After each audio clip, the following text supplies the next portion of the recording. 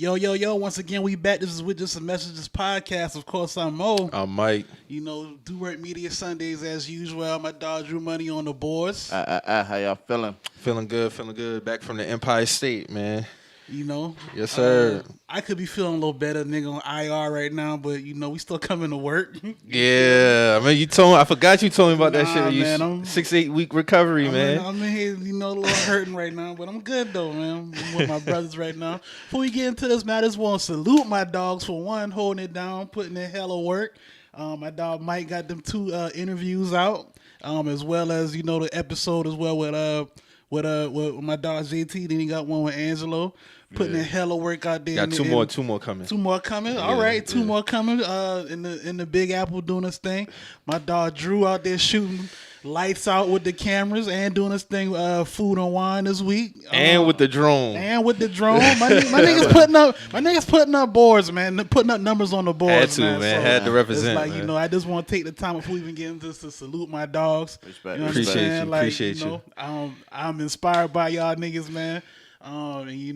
We're going to keep mashing this shit out, man. How y'all niggas doing, man? Feeling great, man. Again, shout out my dog JT Cuba for putting on another great event. They just keep leveling up, man. I definitely felt like New York was definitely a level up from Atlanta. The engagement was beautiful. The structure was beautiful.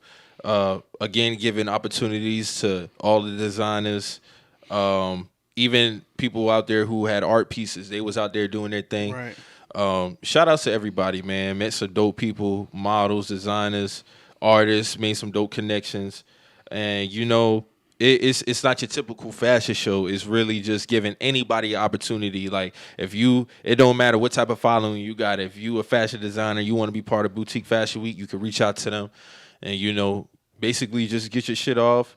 Share your dreams and, because when we see a lot of fashion shows, you see, they just ripping the runway. You don't really get to talk to the designers. With this one, they ripping the runway and they're talking to the designers. You get to know about them, their come-ups, type of pieces they're into, designs, colors, all type of shit. So it's definitely a different type of setting. And, it's something that's definitely going to grow.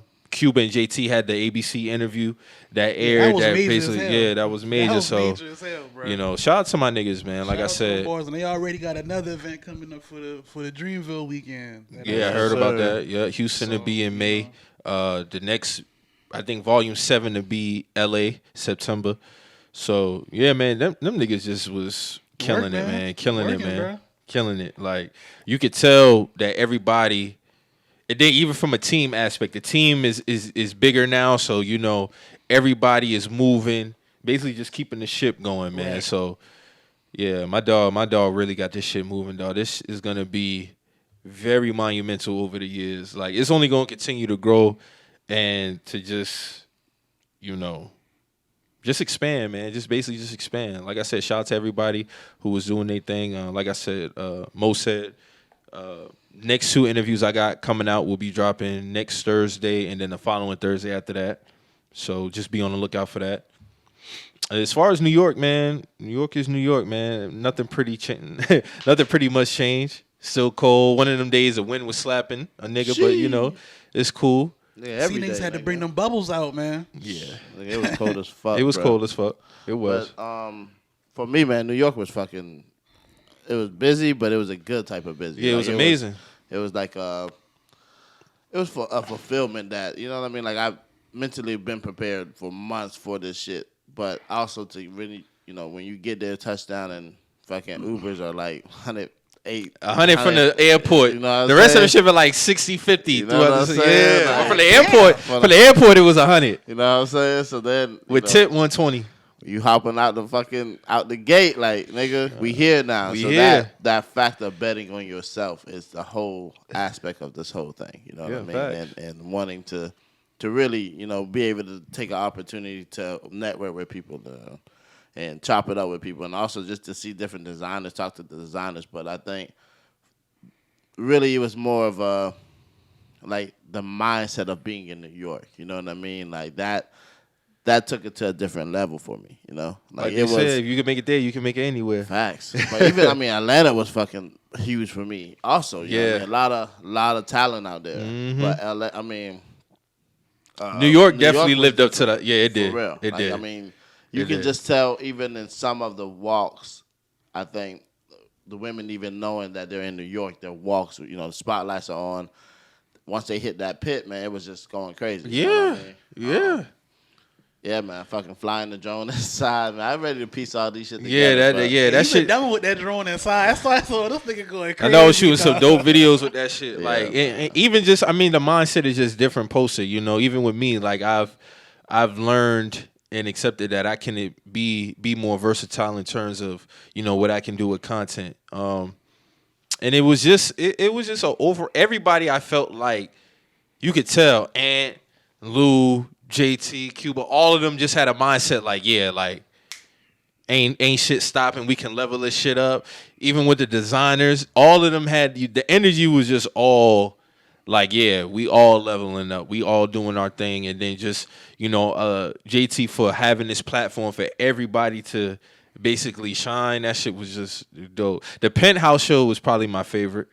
But the gala, that shit was hard. Yeah, man. The gala was definitely hard, bro. I like the intimacy of the gala. Yeah, you see what I'm saying? Like that was really where it was for me. But also, just you've never seen. I've never seen, and I mistake. Correct me if I'm fucking wrong here, but I've never seen somebody do an interview with a designer as the models are like walking in between the interview. You see what I'm saying? Like, never have seen. Normally, the interviews are kind of like off to the side and. The women are doing their thing, but they're smacking. As soon as they walking off, like they bringing the designer up, talking to them. Just the layouts of utilizing your space. We went from a smaller venue, smaller intimate venue to a huge venue to end the whole show. You know what I mean? Facts. Complications just happen sometimes, but shit still went on. You know what I mean?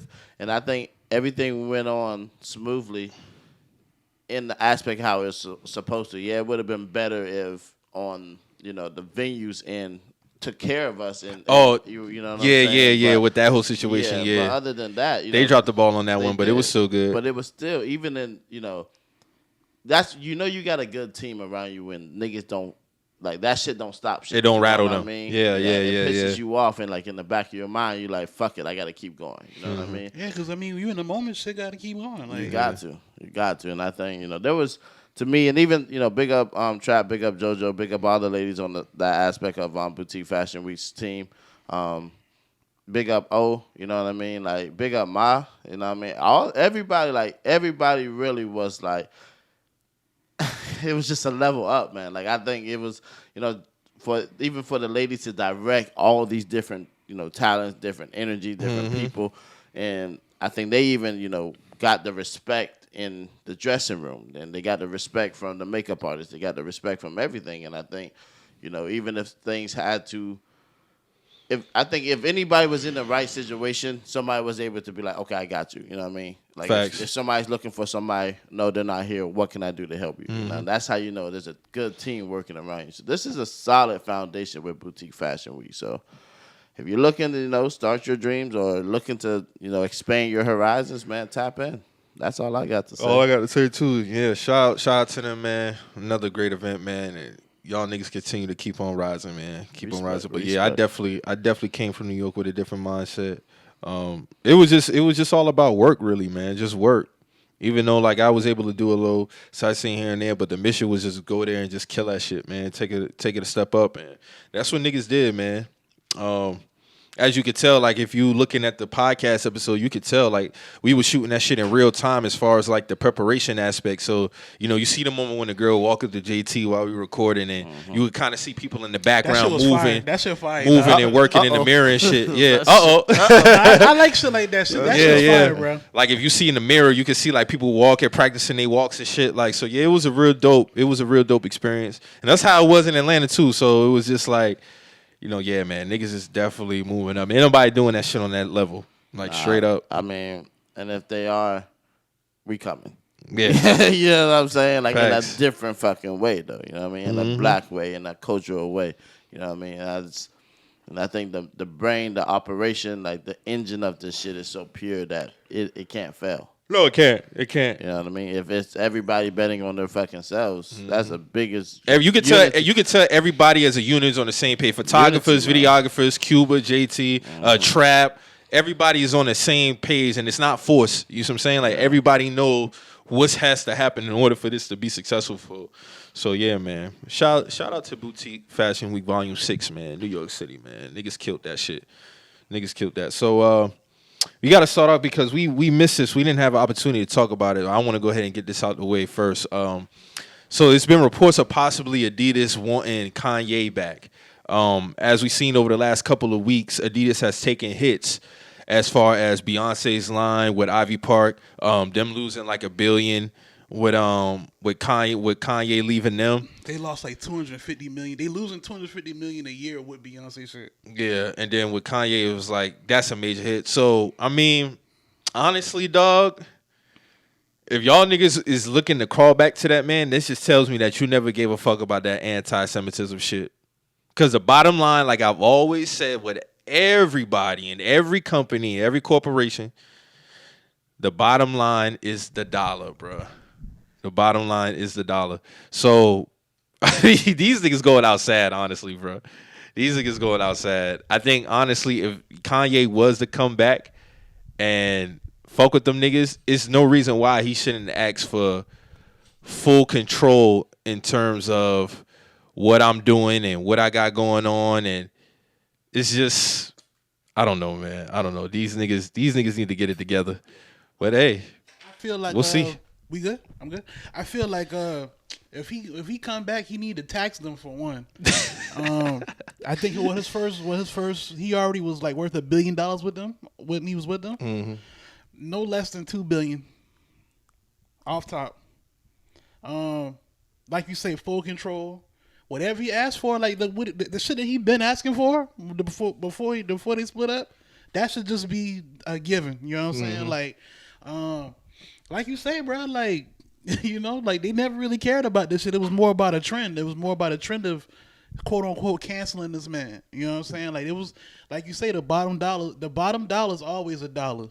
So listen, the fact that they even had that thought creep up in their mind already let me know, like, oh yeah, that should have been enough. But like, yeah, see, yeah, this shit ain't real, man. This shit all fake, man. The fake outrage, the facade. This shit is all a facade. It was to see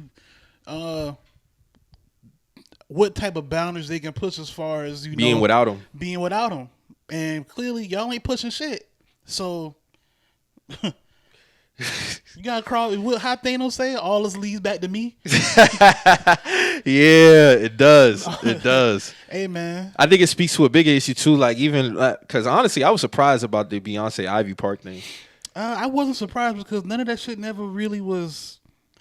For me, looking at it, like nothing moved me. Nothing really stood out as far as like I could tell she was involved in this. And Greg from Sneak that's been speaking on this, like you can look at this shit and really tell like she's not hands on with that line. Like they just slapping shit on it and like, yo, Ivy Park. You know what I'm saying? Like I don't see that line and look at it like, oh, I know Beyonce in them rooms, like sketching shit out or and it, like how Greg said as well, it's like, do we look at Beyonce and be like, yo, I want to dress like her? Do women look at her and be like, I want to dress like her? Or do they take style notes from her on that level as far as like a streetwear approach? Like, do it work? Would that work? You got to ask some type of questions before you. And then you got to get the people actually from like grassroots. Yeah. Like this ain't Deleon now. This ain't Deleon or nothing now. Like you gotta actually Darion. Yeah. My bad. I remember that shit. Yeah, no, you good. This ain't that. Like you gotta actually like it gotta make sense. You know what I'm saying? So I don't know, man. Like, as far as the Ivy Park shit, man, it's like I don't know. I don't know who's to say. Like, does it last another 3-4 years? Who knows? I don't know. I think with that, I think it just hit them with wave. It just came at them in waves. Big tidal waves though. So it's like, oh shit, like we got smacked with this, and now we getting smacked with this, and it's like the Beyonce shit catch up with them now because they drop Yeezy. They've been taking a loss with the Beyonce shit, but it didn't matter because they always had Yeezy. You know what I'm saying? But now it matters now. I think the relatability and the access matters too. I think that's another reason why they're at where they're at. It's like I get it when you get these big names that come into these spaces and they like even with Travis Scott with Nike, very successful, but the accessibility is trash. Right. You know what I'm saying? So even with Kanye and I don't know the accessibility for. I mean, when I was with my ex, she copped some RV Park shit, and you know she didn't have trouble getting it, but they had to go through the same things we had to go through as far as like that was a learning curve for a lot of her family. Exactly. Yeah. So it's like, okay, at what point do y'all address the accessibility and the relatability? Because with those two, you can't lose. You can't lose. So at the end of the day, I think these companies need to really sit back and stand on their square. Honestly, if y'all don't really care about that shit, don't dress it up to make it seem like you care about some certain shit. You drop this man, now you want to bring him back because the money is affected. Right. Just stand on your shit, bro. You Adidas at the end of the day. It's not like it's gonna take years for y'all niggas to get like niggas not fuck with y'all. But the fact that y'all even thought that, oh shit, like we gotta get Kanye back, bro. Like, yeah. So that just let me know that whole shit was fake. You didn't care about it. And it's like as far as like even like what they choose to stand on, because I don't know if you want to talk about the Ja Morant shit right now. I'm gonna just bring it. No, we'll bring that. I just want to talk later. about Ja and Nike right now. So it's like, all right, you know, Ja put out the press release about the situation they had. We'll talk about that later, but he put out a press release about it. And Nike followed. It was like, we appreciate his accountability. Blah blah blah. We stand behind him. Okay. Y'all choose to stand behind the degeneracy, but y'all when Kyrie say what he say, you sever the ties with him. You know what I'm saying? So it's like y'all pick and choose what's cool and what's not. Like the thuggery shit, yeah, it's cool. You know what I'm saying? But don't speak on them people. If it was LeBron James, it would be different. What you mean? If Kyrie Irving was LeBron James, it would be handled like Kanye West. You think Nike would get rid of LeBron? No, they would have not. Okay, so when I'm talking about as far as the stature, but they probably would have put out a statement like they did for Ja Morant. If it was that. Okay, no, I get what you're saying. Like if LeBron was on, they had that anti-Semitism cloud around him. Yeah. There's no way they would have dropped him. Yeah. I got you.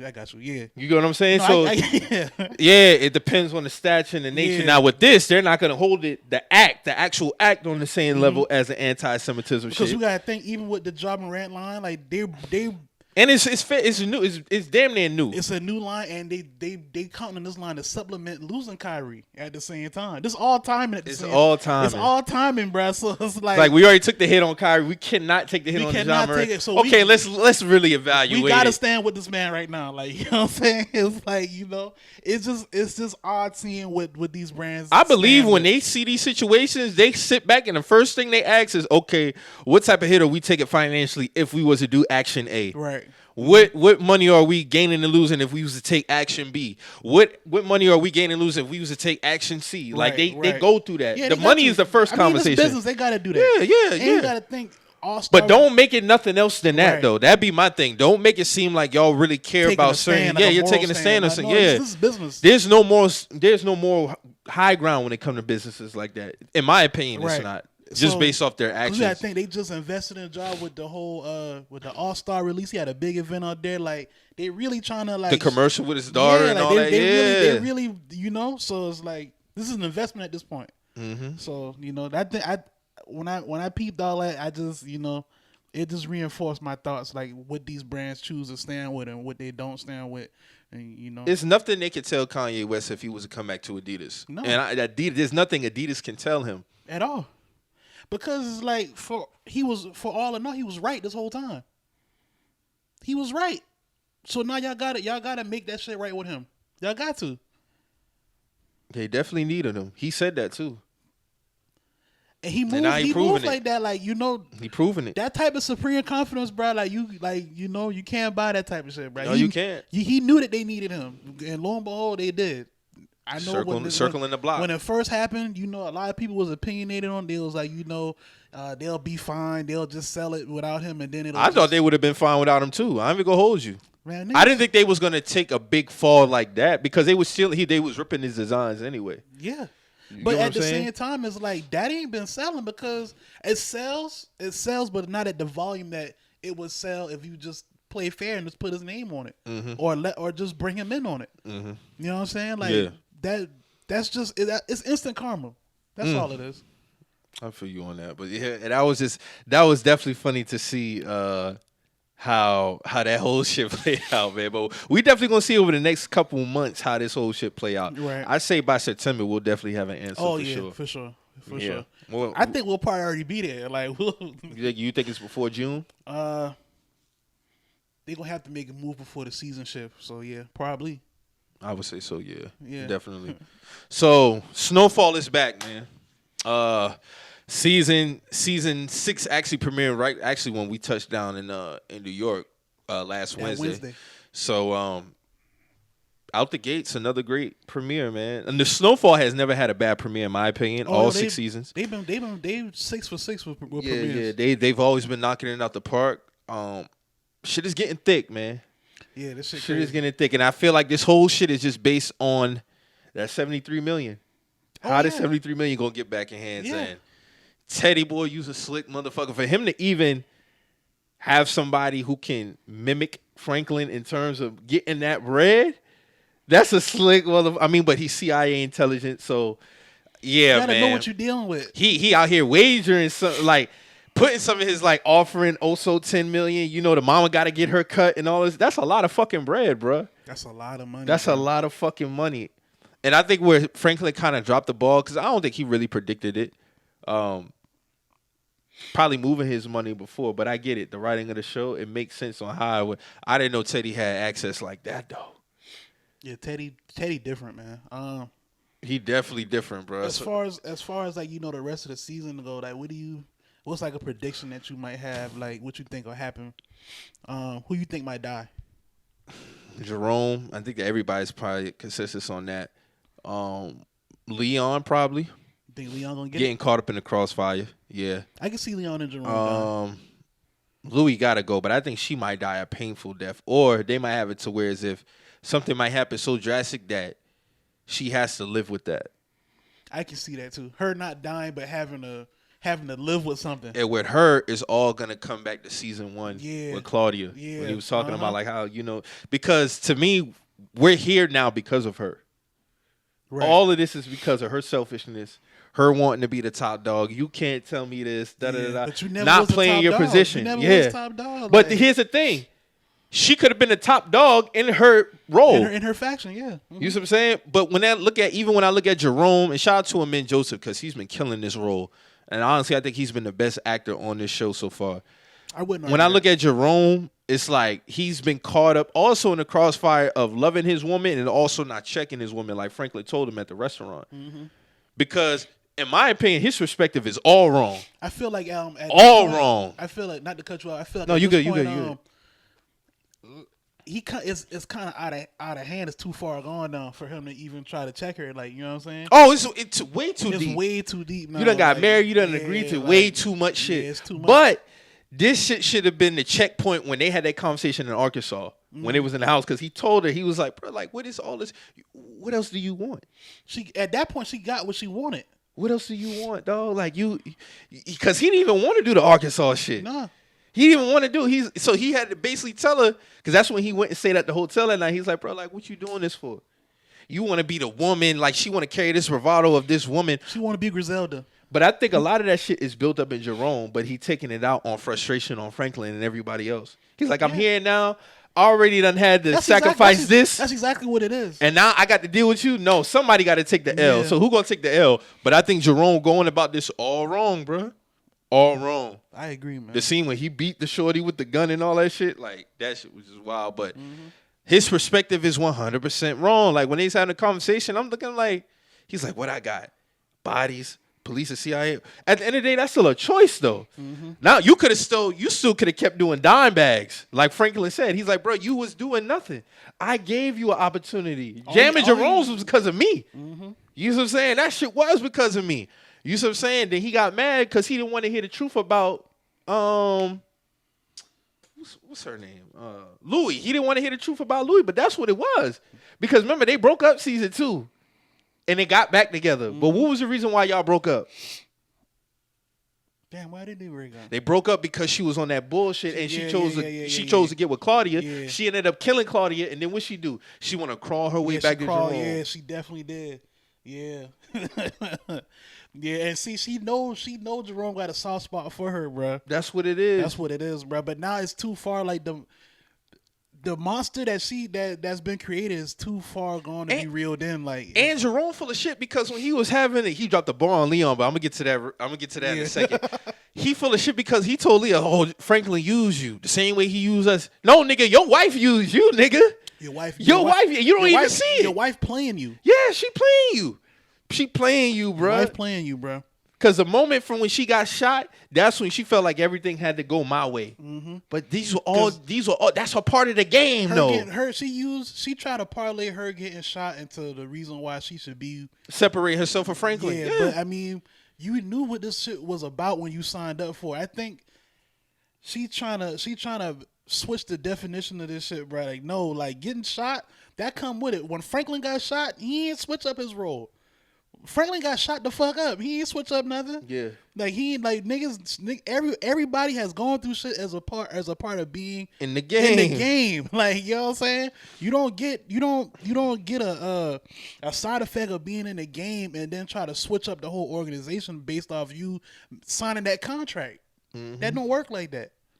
Definitely don't. And it so far has been real good. I've been enjoying all the episodes so far. This season 5. They redeem it. I didn't like season 5. A lot of people have mixed reactions about season 5. I like season 5. I didn't like season 5. I understand the Tiger episode. Okay, yeah, I get it. We could go without that. But I think post that it got back to his roots. And then even early because out the gates it came out strong. Right. So in between I could get it. But post that, like with the introduction of Kane. Mm-hmm. Like, it really got back to his roots as far as the writing and the cinematography, however you say that word. My bad, y'all. But it's like I haven't had no complaints so far. I think, like, 4 episodes in? Yeah. 3 episodes in. So I think we're in for a great... I honestly see Franklin walking away.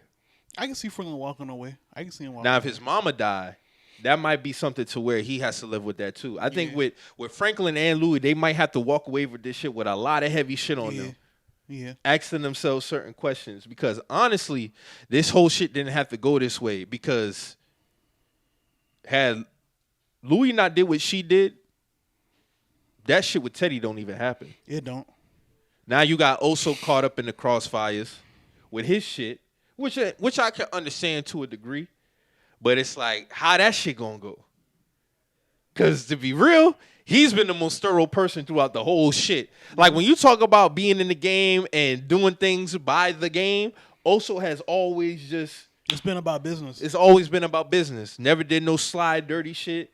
But now he's to the point where, shit, I got to look up for myself. I got to look up for my family. Now, we getting to that point where people going to start making their own... own decisions, bro. Like, it's like, damn, bro, Oso a snitch, bro. It's like...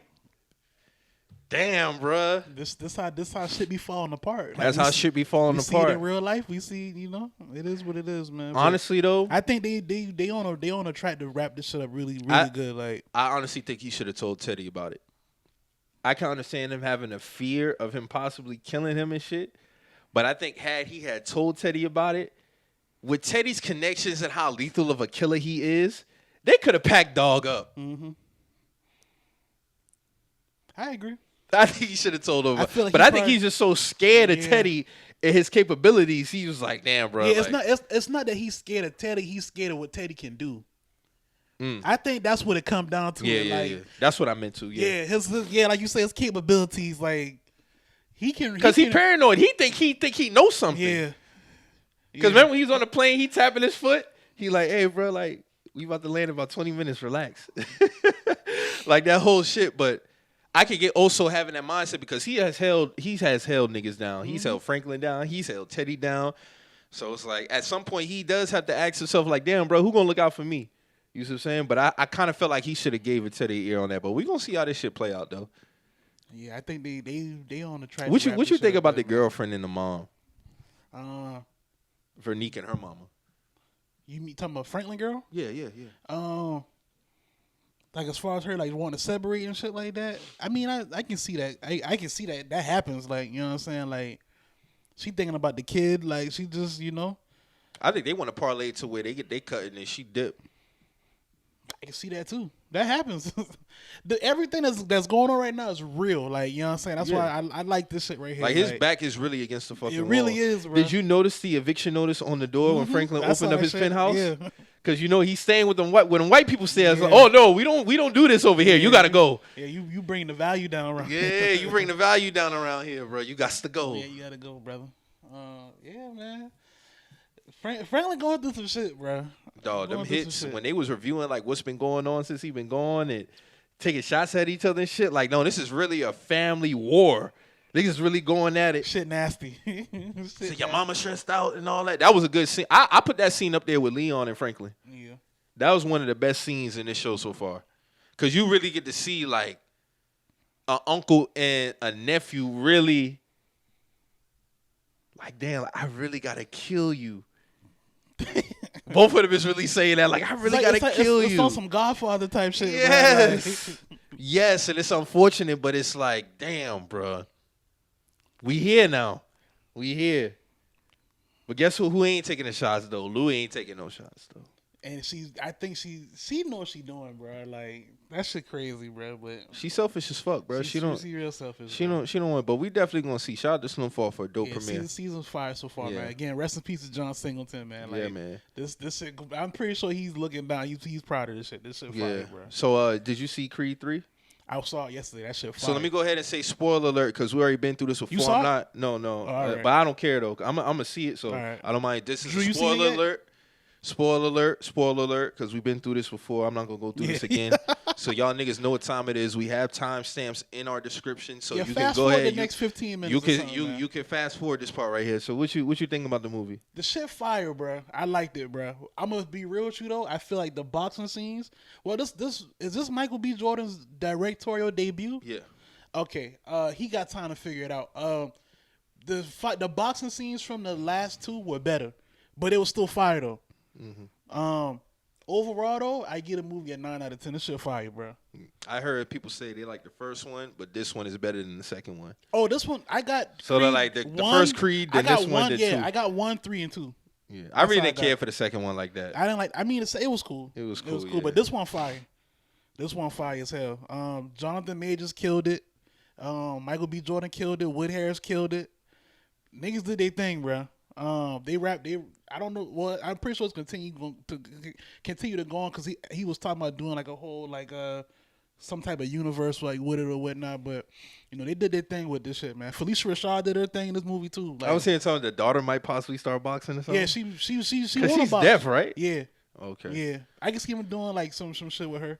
Some Layla Ali type shit. Yeah, that movie fire as hell, bro. That movie was fire, bro. What do you get the acting? Like as far as Jonathan and Michael, they did their thing. I wasn't, because you know it's always been this thing with Michael B. Jordan about him just basically playing the same role in all his movies. Like he really got no range like that.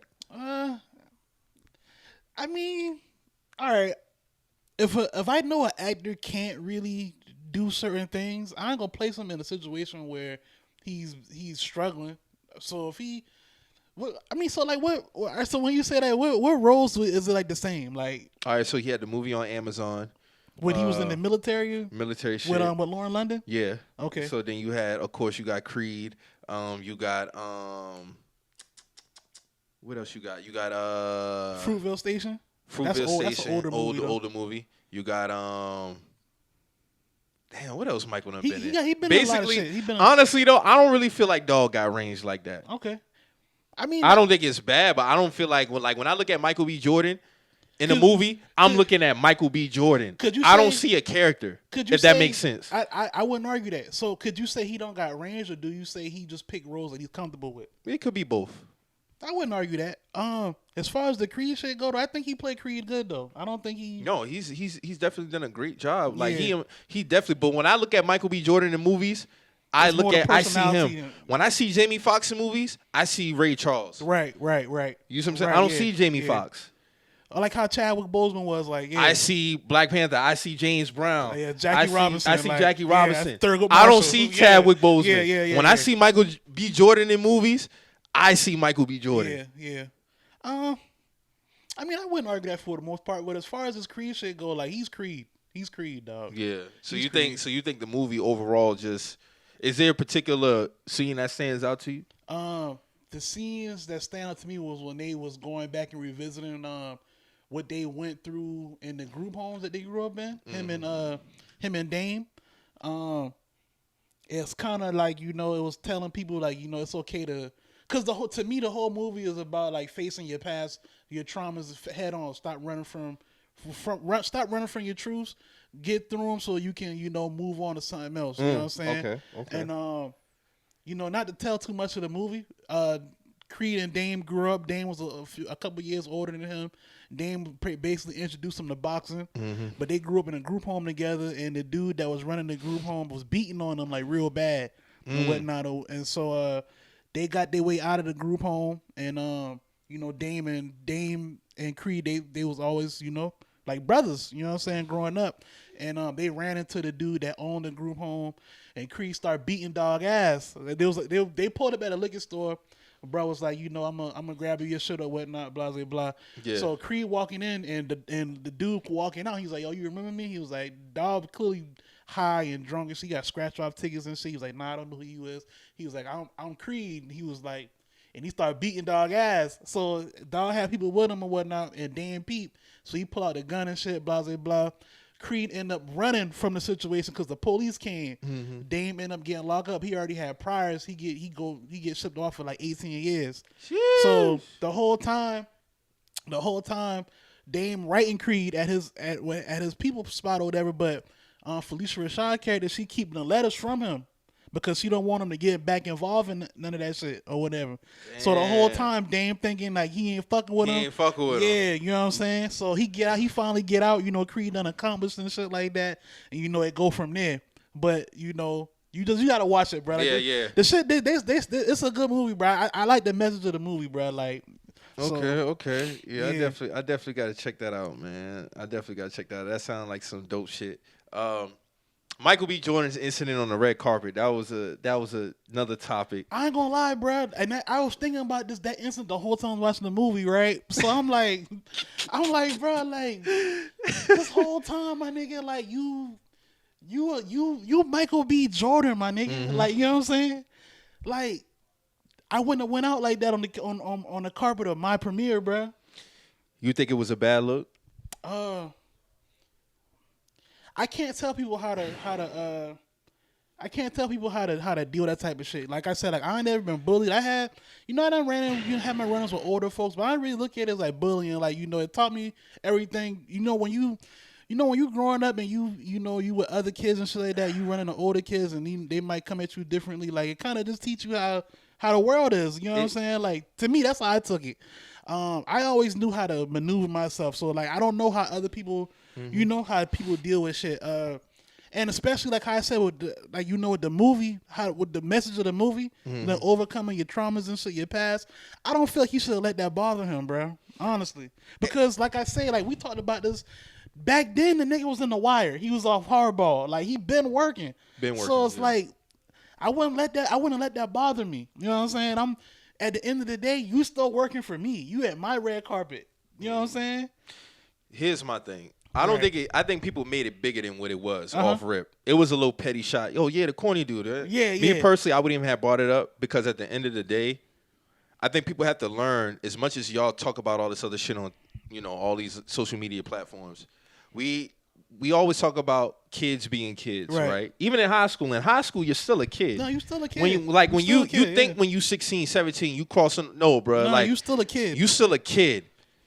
We have to learn to give them grace in terms of that, even when they become adults, depending on what it is. Now, people can grow, man. You talking about in terms of getting bullied for bringing headshots to school and being my nigga. That's kind of light. That's his. That's why I'm prefacing by saying, okay, that's his perspective. Right. Cool. But in the grand scheme, I've seen people get tripped off way worse for being bummy. Right. Wearing the same clothes 2-3 times a week. And they need help. They need real help. Yeah. You're getting tripped off for bringing headshots to school, my nigga. And then you in Jersey at that. That's not like Beverly Hills, L.A. Right. You may catch them jokes. That's kind of foreign to them kids. That's foreign to them kids. You get what I'm saying? So them, look at this nigga bringing his headshots to school and da-da-da. And before anybody look at this and feel like we giving bullying an excuse, we're not. We just giving it a different. It's a different perspective. That's all. That's how I look at it. Because Like if niggas brought headshots to school when we was in high school, I'd be like, bro, what you doing, bro? Like, you know what I'm saying? Not even trying to tear a nigga down. It's more so like, nigga, what you got going on? Like, you know what I'm saying? Yeah, it's foreign. He might be like, yo, and some people might embrace that shit like, oh shit, yeah, that shit dope. But there might be some jokes attached to that. It's still gonna be some jokes, like, but it's out of love, like, you know what I'm saying? Now I don't know that situation with him. That's why he was out of love. I don't know. Yeah. When I look at the interview, like I looked at his body language, like, you could tell like he wasn't fucking with her. He wasn't fucking with her. He wasn't, and I'm gonna be real. Like I think she handled it pretty good, to be honest. Yeah, she handled it pretty good.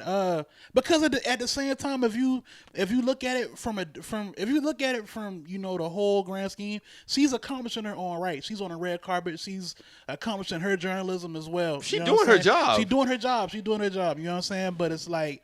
Because I seen people trying to paint this narrative about, you quote unquote on my dick. No, I'm doing my job. No, like she doing her job. I don't think it was one of those situations where she's trying to make it seem like. And also, I heard it wasn't even her who was necessarily making them. It was somebody else. I think it was like another person was involved in the situation as well. It's basically what I'm saying. She just got the guilty by association tag, kind of, yeah, sort of. Because even at the end, she was like, "Oh well, you're not corny anymore, though." But I think it was just like it may have been her and somebody else who also had spoke on it before, because it was like it had been brought up before. I mean, I think the whole situation. She was professional in her right too. Like, I didn't get. She was. I think the whole overall situation was blown way out of proportion. Right. I don't think it needed all the think pieces that it needed. Because also what I seen with niggas, y'all niggas was getting in that beat a chick bag off the heels of this shit too, and that's not what this was. We beat a chick. Yeah, like when you make it big now, it's like, the girls trying to fuck with me now. Like, that's not what this was. She was doing her job. Y'all niggas be using shit like this to try to they projecting. You projected trying to get vindication for being corny in high school, bruh. And that's not what it is. Yeah.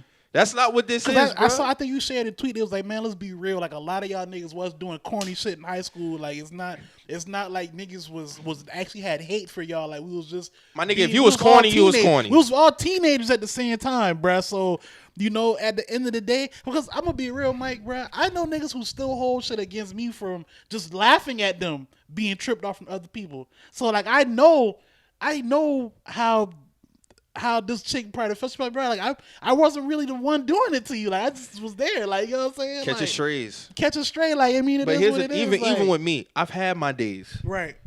I've had my days getting tripped off of, bro. It happens. It happens, bro. Now, in my opinion, overall, like I pretty much was cool with everybody. It might have been a couple of people like, oh, that nigga was on the drum line, little corny dude, da da da.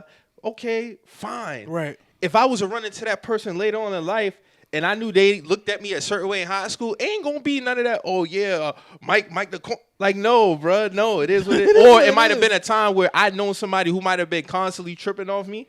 I'm not gonna hold that against them when we 30 plus, my nigga. Like, it is what it is. You may be doing your thing. I'm obviously doing my thing, so I don't give a fuck. You know what I'm saying? So it ain't taking no food off my plate right now. Damn sure ain't. You know? And the nigga's still elevating. So at the end of that's why I look at it like Michael really didn't. Do I get it? Might have been a little petty jab. Okay, cool, but for me, no. Yeah, I could tell from his body language, like he's still kind of holding on to that shit, and it's like, you know, for him to have been doing the stature shit that he been doing, like, you know what I'm saying? Like, nigga, you was in a movie with Keanu Reeves off top. Yeah. You know what I'm saying? So it's like, bro, like you been making your strides, bro. Like your second work was The Wire. You know what I'm saying? We all know kids don't have emotional control. Yeah, kids are kids, bro. I get it. Like, he might have felt some type of way about that shit, bro. But it's like, for all that, you could have just declined the interview. That's how I felt. That's how I feel. I was like, bro, for all he could have just left it on, because now you taking away from your movie.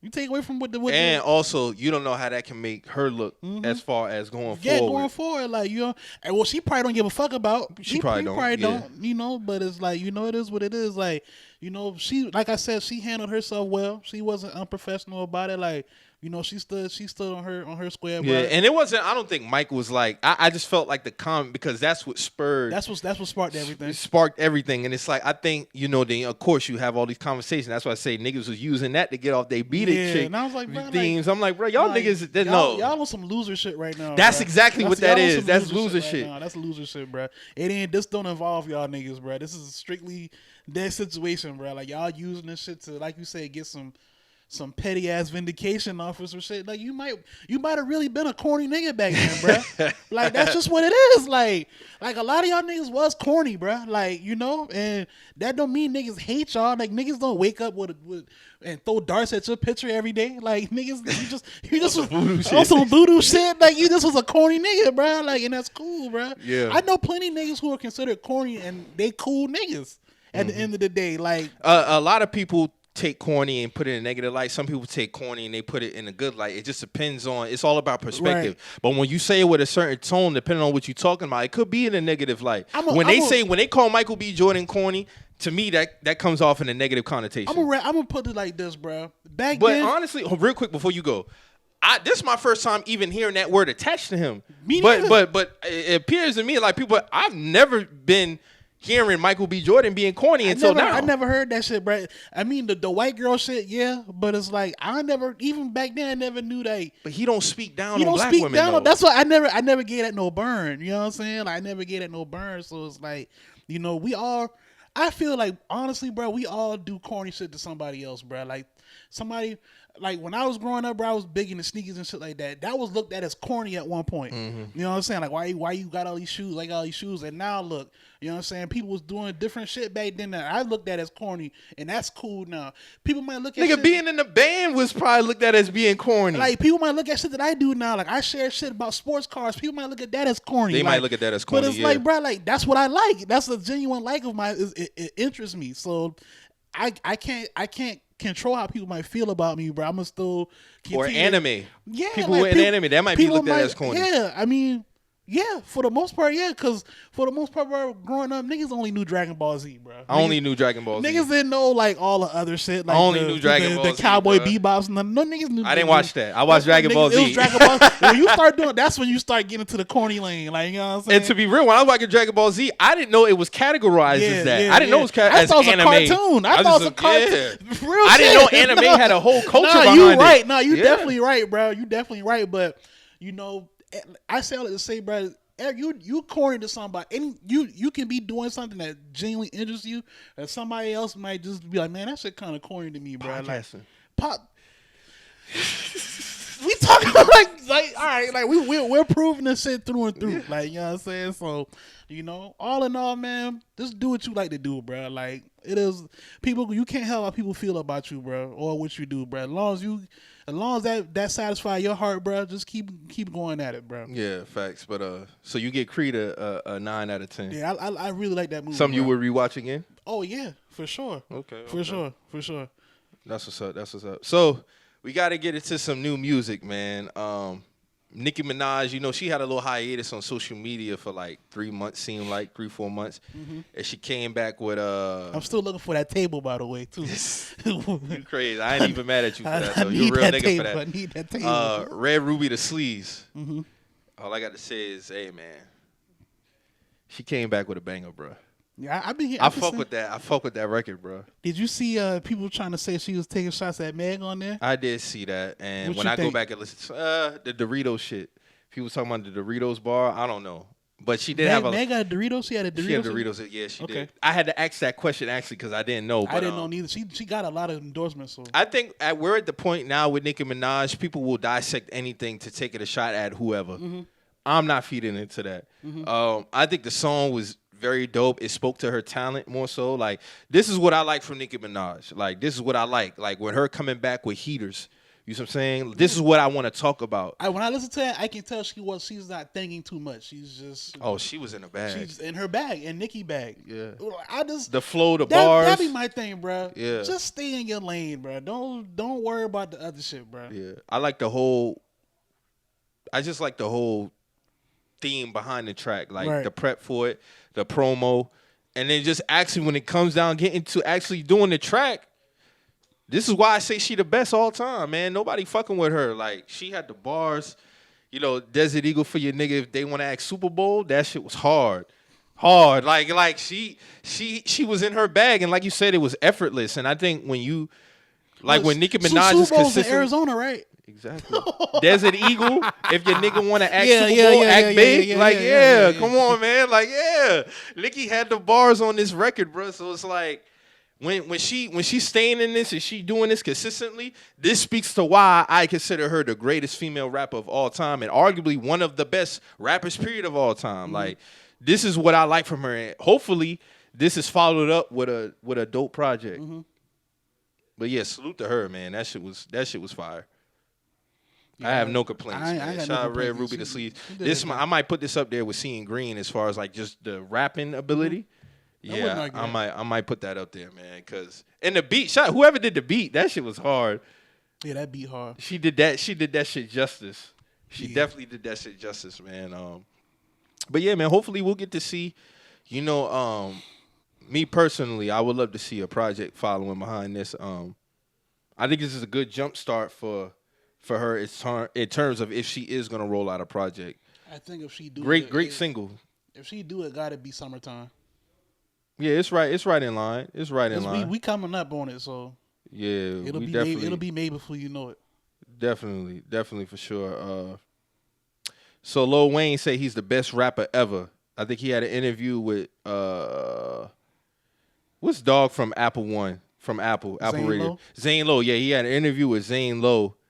And Zane was even talking about how he felt like he shouldn't have been ranked number 7. So I got a clip right here. I'm gonna play it real quick for Lil Wayne discussing the Billboard's list. So let me go ahead. Let me play this real quick. But in this particular list, right, Wayne came in at number 7. Now, for a lot of people, that would be like number 7. Man, who the hell was before me? Wait, real quick. Was the list all hip hop like before and after as well?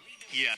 I can put that. I can deal with that. You're right. Jay-Z, Kendrick, Nas, Tupac, Eminem, Biggie, Lil Wayne at number 7. Okay, I can deal with that. Yeah, I can deal with that. But here's the thing, Wayne. A lot of people can't. I keep asking people this question throughout my life. You are not at number 7, bro. Bro, I would tell you that I am a motherfucking one. You know that. I mean, and everybody who named you named, and you know, rest in peace. But everybody who named you named, they also know that I am number 1. Go ask them. They'll let you know. Hey. All I got to say is, man, the nigga who was number 1, he made a call one day. In 2005. In 2005. And he basically acknowledged what was going on and what was to come. And, you know, me personally, Lil Wayne's number 1 to me. He's been number 1 to me since I probably feel like, well, I can't say since like the Squad Up days, but when we got to like when my high school era, like 06, 05, I'm like, man, this nigga, he the one, man. After No Ceilings, I dubbed him number 1. But like when we got to No Ceilings, and you know, we coming off of the dedications and shit like that, I'm like, bruh, ain't nobody out rapping this nigga, man. No. Ain't nobody out rapping this Still man. to this day. Still to this day. Like you heard his recent track? Was with who? The Swiss Beats DMX shit. Oh yeah. To this day, there is nobody out rapping Lil Wayne. That dude from New Orleans, Dwayne Carter, ain't nobody out rapping that man, bro. And I want y'all niggas to stop taking that bait on Twitter, man. Just stop. Y'all know what these niggas is doing. They only proving his greatness by doing this shit. I saw some shit was like, you know, Jadakiss a better rapper, and I'm like, okay. I love Jadakiss. I've been on this show advocating for Jadakiss. I'm a Jadakiss fan. You know, I might have Jadakiss in my top 15, maybe top 10. He not better than Wayne though. Mo, this is a 3, 4, 5 month thing every time with Lil Wayne, and 3 months is gonna be Pusha T. Last week it was Future. Mm-hmm. You see what I'm saying? Like this week is Jadakiss. Oh, niggas said Future's better. They talking about discography. Yeah, that's what they doing. Listen, I don't even want to do this because niggas know I'm FBG too. Niggas know this. But I ain't doing that, bro. I ain't doing that one. They always rolling out somebody to put next to this man, discredit him. When y'all do that, it just let me know. Because who else are y'all doing this with? Who else are y'all putting in the ring with that man? Who else are y'all putting in the ring with other rappers? Y'all not doing this with nobody else. Only Wayne. They only do this shit with Wayne, bro. Nobody else get put in the elimination chamber like this. I don't get it. Hey, man, Dwayne Carter, the greatest rapper of all time, man. Y'all just got to accept that shit, man. A nigga from the South is the greatest rapper of all time. You know, he been in this shit. He's damn near 30 years in. And it is what it is. The nigga been rapping since he was 12 years old. He was groomed for this shit. It is what it is, man. Yeah, man. It is what it is. I don't know. These niggas be sitting up here. I be reading these tweets and niggas talking about he Brett Favre rap and all this other shit. And, you know, niggas be hitting my line. And it'd be more funny. I only entertain it for the funny reasons with Lord and Rich. But y'all niggas already know where I stand. And shout out to them niggas, too. Every time y'all text me, y'all already know how I'm giving it up. Me and Lloyd was having a damn near verses in the text one day between 50 and Wayne. I'm packing this nigga up with the bars. So I don't even know. Like, I did it just for the time. You know, that's my nigga. You see what I'm saying? Anybody else, I'm really going to entertain. But no, Rich really feel like, they really feel like that. But they know I feel the way that I feel, and it's not gonna change. So I mean, y'all can continue to fight it, but it is what it is. I want to be real here. When was 50 Cent ever better than Wayne at anything? You tell them niggas that it's probably been since 03. Like, these niggas say his run was better. I'm like, okay. But you know what I do? I laugh. Bruh, 50 run. It's comedy. 50 run really was. You got okay, all right. I'll give him Power the Dollar album. I'll give him, of course, Get Rich or Die Trying and Massacre. That's 3 albums. So they added. That's it. They add the mixtapes too. Yeah, I mean, even if you was to stack it up against him, it's not better. His mixtapes were never better than Wayne's mixtapes. And we talked about this before on this platform, bro. Just dead it. Like, just accept that y'all are biased, and that's what y'all believe in. That's fine. But the Wayne shit, we all know at the end of the day what it is. You know, you might say that we biased too, but I'm pretty sure if you ask anybody outside of us, niggas gonna say Wayne run. It's top 2 ever. It's top 2 ever, bro. And the only one I'll put above him is Hove. If we want to have an objective, because I could be biased and be a little bit of objective. I can be. So the only other person I would even entertain being better than him is Hove. That's it. The rest of these niggas, you're not better than Dwayne Michael Carter. You're not. And niggas need to just leave it alone, bro. That's just what it is. Like I said last time about Patrick Mahomes, that's how I'm giving it up with Lil Wayne. Wayne been decorating his hallway for a long time. And the thing is, like, since 2020, as far as features, he's been killing every single feature. Every feature. Every single one of them. And I'm talking about on some peak Wayne shit. I'm not talking about some, he just get on the mic spitting some bullshit. He in the bag. This is 07, 09 window. No, he in the bag. Yeah, he's in the bag, bro. I've been trying to tell these niggas, like, bro, no. That nigga from New Orleans is a different type of animal, bro. And every time, he got to come out here and he got to remind niggas of what type of shit he on. Y'all niggas be looking at this man wearing the big red boots and, you know, all the other shit. Y'all be trying to, you know, put some shit over his head or whatnot. But that nigga would destroy your favorite rappers. Bro. Like, let's be cool, okay? Let's just be cool. That's all I'm gonna really say. Like, the nigga dressed like George Clinton now. Y'all might look at that shit differently, but he will still eat your favorite rapper, bro. Effortlessly. This shit crazy. I don't know why this shit. Like Wayne, the whole time when he was having that interview, he was smiling. Like, laughing. That's how I be when these niggas, when I be seeing these shit, I be reading, I be smiling, laughing. I be like, oh, these niggas just be trying to get engagement, bro. That's all that shit be. That interview remind me of the one when he was on the tour bus and that was like 08 or 09. And they was like, who above, what was it? Gucci Mane? Like, Gucci Mane? Shut up, my nigga, Gucci Mane. Because Steady Mom had just came out. Yeah. He was like, Gucci Mane? Shut up, my nigga, Gucci Mane. Y'all niggas need to knock it off, man. The greatest ever, man. And the best. Whatever, however you want. Since y'all want to play semantics with words and shit, he's the best and the greatest, nigga. Yeah. That's how I'll give it. That's what we're doing now. That's how we want to do it. And that's why it's going to be. I'm sorry. So I see some funny shit the other day that also had me laughing. So apparently there was this thing going around about white people in sneaker culture, right? Oh, I saw that. How the white dude basically was acting stupid. Yeah, so I'm gonna play this video real quick because this had to been the most funniest shit I've ever seen. One of the funniest things I've ever seen in my life as regards to white people. Because y'all some funny motherfuckers when you want to play dumb. So I'm gonna go ahead and play this clip real quick. White people ruin sneaker culture. Now, I really didn't want to make this video, but these comments are starting to get a bit ridiculous.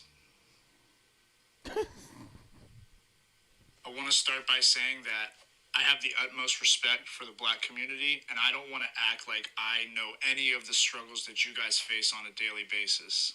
But to me, sneaker culture has never been about color.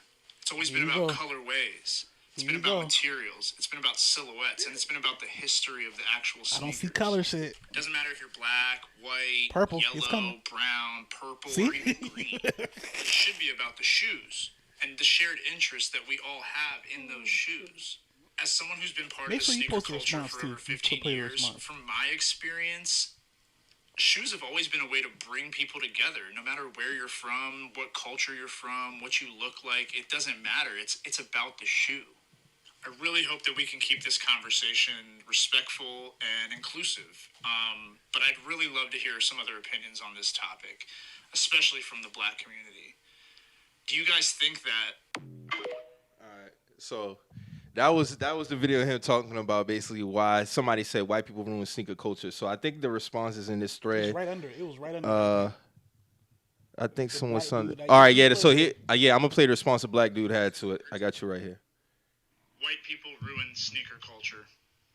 Now, You about to The bar problem this isn't dude the up. sneakers, it's the principle behind the sneakers. Anytime y'all discover a new trend, which is something that other cultures have been doing for decades, bro, y'all come in, y'all over-consume, and then y'all make these same spaces inaccessible for the people that fucking created them. And that's the problem. Y'all do it to black people more than anyone else because we're the biggest trendsetters.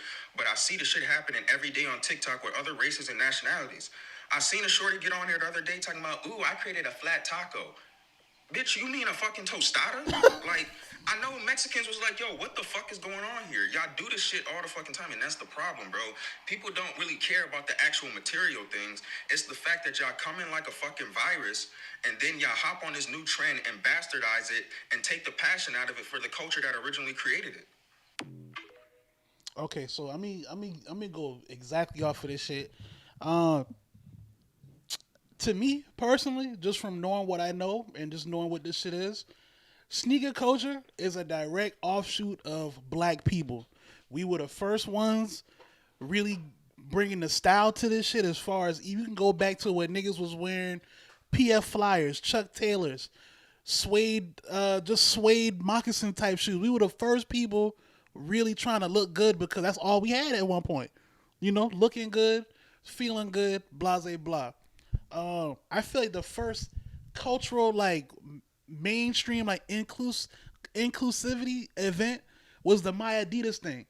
When Run DMC got, I forget, I think it was overseas, and they made that was like 80,000 people in that arena, all shades and shit like that, put them shoes in the air. That's when this shit became like, you know, this is for everybody. And that's cool, you know what I'm saying? Because the respect was still there for the most part, you know what I'm saying? I feel like when we got to this era where niggas was making like bots and AI features to take shoes from people and make it more about profit than, you know, what it was. Essentially for us, it's about getting fly. It's about, you know, expressing yourself through your fashion. It's about linking up with your niggas like, hey, I know we about to be the freshest niggas in the spot. Like, we all got on different shit. Like, me and Mike right now, we got on the 5s. I got on some Air Max and shit like that. Like, this we expressing ourselves. You know what I'm saying? Rather, it don't matter what we wearing. Excuse me. I feel like when it got pushed to shit like that, when you start seeing Benjamin Kicks and all these other suburban kids in hangers full of shoes that you trying to get, and it's like, damn, like, what the fuck going on? Like, I can't get these shit, but it's like, for some reason, every drop, these random white kids got storages full of these shit, and they just hoarding them. Still, they not doing nothing with them. You know what I'm saying? And then you got added on, like how you say, it's always been a running joke. Hey, this is who beating you on sneakers. This is who, you know what I'm saying? Like, it's frustrating. It be getting frustrating, bro. Like, it really do. And like bro said, it's like, bro, like, people always come in and overconsume and take away from the people who've been doing this shit. Like, you know what I'm saying? Like, I don't see nothing wrong with bro said. And that's just what it is. Bro, in the original video, trying to act stupid, like, he don't know what's going on. Like, you know what's going on. Hey, white people, listen. It pains y'all that y'all didn't create nothing but hate. It's never been in time in history that black people have gotten any type of style from y'all. Y'all wear sneakers for performance only. When sneakers first came out, y'all was rocking sneakers for performance, comfortability. It was never for style. Y'all got y'all style from us. And that's how it was. That's how it is. And that's how it will always be. That's what it is. And like Dog said, y'all enter yourselves into these spaces, no matter the culture now. No matter. Then you come in there, you saturate it, come in there, fuck it all up. Steal. Try to make it seem like it's your shit. And that's why people have these conversations. That's what it is. It's never been a time a black person looked at a white man and be like, oh shit, I want that style right there. Oh, some of them we got a word for them dudes though. Oh yeah, but you get what I'm saying in context of this conversation. In terms of sneakers, yeah. We was the ones who made that shit fly. It was a whole thing about it. Like it was the sneakers. Yeah. It was the overall style. It was everything. You know what I'm saying? Like I say, just the feeling. Like I know I put these shoes on. I feel a different way. You know what I'm saying? Yeah. And I'm not saying nothing is wrong with it. But back to the originating conversation. Y'all do get y'all style from us. Because you never wore sneakers for style. You wore it for performance and comfortability. Again, that's what it is. That's what it was. When we started rocking sneakers, it was for style. What we gonna put the shit with? What we putting this shit because it's the whole ensemble that go with it. Whether it's a basic ensemble, whether you put $1,000 fit on, whether you got a $25 fit on, how you putting this shit together? It's the style that come with this shit. And you know how I know it is? Because what has always been a running theme. You put the black dude over here who got on the $500 jacket, $300 jeans, $400 sneakers, and over here you got the white man who got on a white T-shirt for $15, slacks for $10, and some New Balance and Skechers shit. And that should be a lie too, because Steve Jobs he was wearing $500 cashmere black tees. Yeah, but guess what though? That speaks to my point about the sneaker thing. Yeah. Y'all never gave a fuck about no damn sneakers in terms of style, man. So why you even gonna make a TikTok video trying to make it seem like that's not what it was? About the colorways. No, it wasn't. I don't see color. I see colorways. And then you do the same. You do the same stupid. This nigga shit. try to all lives matter some sneaker I don't care shit. if you're yellow or purple, man. Shut the fuck up, man. What's he talking about? And then they always love to play dumb in terms of what the fuck they know is like. Y'all know what's going on, bruh. Y'all know what's going on, man. We don't got to sit up here and play games, man. Just to price people out of this shit. Shit hilarious, man. That shit was that was one of the funniest shit I seen this year, bro. And that was during Black History Month, too. Yeah, he definitely did it. He did it. I mean, that just go to further prove our point about the audacity. They always be having the audacity, bro. That's the thing. Speaking of audacity, Alex Murdaugh sentenced to life. Killing his son and his wife, man. I ain't gonna lie, there was nobody else who could have committed them crimes but him. Come on, man. GSR on you. Blood splat. What are you doing, bro? What are you doing? But see, that just goes to show, just because you're a lawyer don't make you the smartest motherfucker in the world. This is off the stems of a long history of a family tree. And, what's the word I'm looking for? Excuse me. Persona. They come from a long history of lawyers. Alex Murdaugh killed his son and his wife, sentenced to life in prison, no parole. But they have documentaries on this shit and all that. But that whole family has been caught up in some bullshit. Yeah. They've been getting off of his son. His son was a motherfucker. I think his son killed that maid. He did. I think his son killed that maid, but they made it seem like as if she tripped over something. Nah, somebody pushed that lady. The RIP to the girl that died on the boat. Then they tried to pin it on the friend. Hey, man. White privilege is a motherfucker, bro. But guess what? All that shit coming back on. So apparently I think he killed him because something about some insurance policy he had taken out of some shit. And everything was coming down. Like like money was about to be lost. He didn't want them to find out about it, so he killed them. Then remember, somebody had shot him a little bit after that, right? Yeah, he got shot on his boat. He was on his motorcycle. He got shot. I think he tried to set that up, right? Yeah, he tried to set up make it seem like somebody's after me and my fucking dummy. Bro, sick though. Bro was sick with it now. On the real, he sick with it now. South Carolina, man. I'm not surprised though. What other families in South Carolina that come from a lawyer history probably got some shit? Not like shit like that as far as murdering, but just covering up shit, getting over on the law, because that family has had a lot of influence on laws. You never know, bro. Court system, period.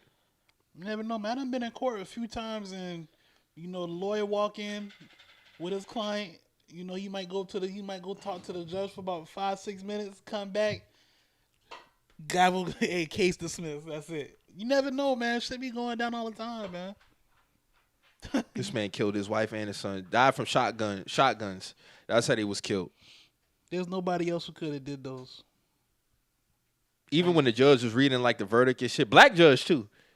That's a crazy. This whole shit. The world be funny, bro. Yeah. The world be funny. The shit just always come back around. He was reading the shit and you could tell like, nah, bro. Like, yeah. You got to go. Buster in the crowd, like he just like, damn, like this shit over with. Like, you know what I'm saying? That's the youngest son. What can you say? Nothing you can't say. I want to know what was going through his mind thinking that he could have got away with that shit, bro. I know, man. I mean, shit, he might feel like he might. To me, I feel like he could have get away with it just due to him already getting away with shit. I feel like when you already involved with shit like that, you've been getting away with shit, like one shit going. And how down, old is he? Like 60 something? 50 something? Yeah, he in the 60s. He gonna die in it. That's what you get. I ain't got no remorse for him. I don't. I don't either. But this has been this has been a case for going on like what, almost a year now, year plus. Oh, this whole like era been at least 3-4 years. Yeah, like, yeah, it's been going on. I remember hearing about that girl that died on that boat, man. That shit was sad as fuck. Situation after situation. Then like, the son also killed a dude left on the side of the fucking road. Yeah. Mm-hmm. Then so you got the girl, that dude, the maid, the son, the wife. That's like 5 bodies. This shit crazy, bro. It's gonna be one of the craziest stories to come out of our state, bro. It's gonna be It's gonna be a big movie about that too. No doubt, it gotta be. It's gonna be a big movie about that. I wonder how they gonna do it though. It's gonna be a few years before it come out though, but it's definitely coming. Oh yeah, we definitely gonna see, bro. We definitely gonna see. But hey, man, the craziest is they shoot productions in South Carolina now too. They might film it here. Oh yeah, they're gonna shoot it here. They might be sick enough to actually do it on the property. The actual property. That would be crazy.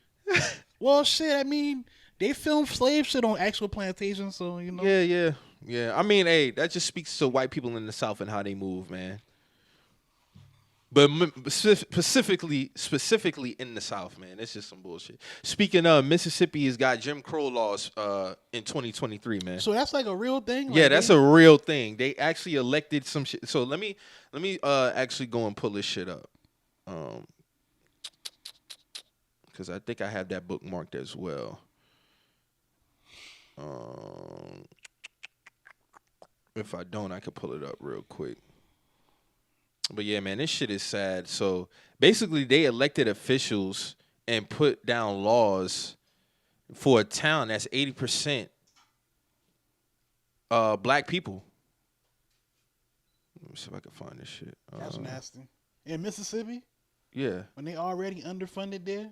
Mm-hmm. That's the same story. Brett Favre got off at. Here we go. Earlier this month, white representatives in Mississippi House approved a bill to create a new district that includes all the majority white neighborhoods in Jackson, a capital city that's 80% black.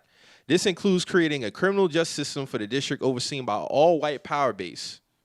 Under House Bill 1020, the white conservative Chief Justice of Mississippi Supreme Court would handpick the new district's 2 supervising judges. Its prosecutors and public defenders would be chosen by the state's white Republican Attorney General. This not illegal somewhere down the line? Like, this They be legal? making up the rules as they go, Mo. Like, come on, bro. Like, how? I ain't gonna lie, if I was in Mississippi, I'd seriously move. Like, I move. Not even considering moving, I just move. Like, I'm good, yeah. Why? We out of here. That's crazy. This happening in 2023 is wild, but it's not surprising at the same time. That's crazy. I'd seriously consider getting up out of there. Like, this shit just be, I don't understand it, bro. Like, this shit. Like, how's that legal to do it like that? He handpicking the councilman, basically? Mm-hmm. Here we go. The zone would be policed by an expanded Capitol Police Force led by the current white police chief and supervised by the state's white public safety commissioner. Here we go. Because of all districts officials would be appointed instead of elected, Jackson's majority black citizenry would have no voting rights on the matter, making it Mississippi's only jurisdiction where, according to the ACLU, unelected judges and prosecutors have jurisdiction over criminal and civil law matters. Although 12% of their sale taxes will be redirected to help pay for it all. It's oppressive because it strips the right of black folk to vote, Jackson Mayor Chokwe Lumba said. That's nasty. If you're black in Mississippi, dog, I would move. If you can, get up out of there, man. You gotta get up out of there.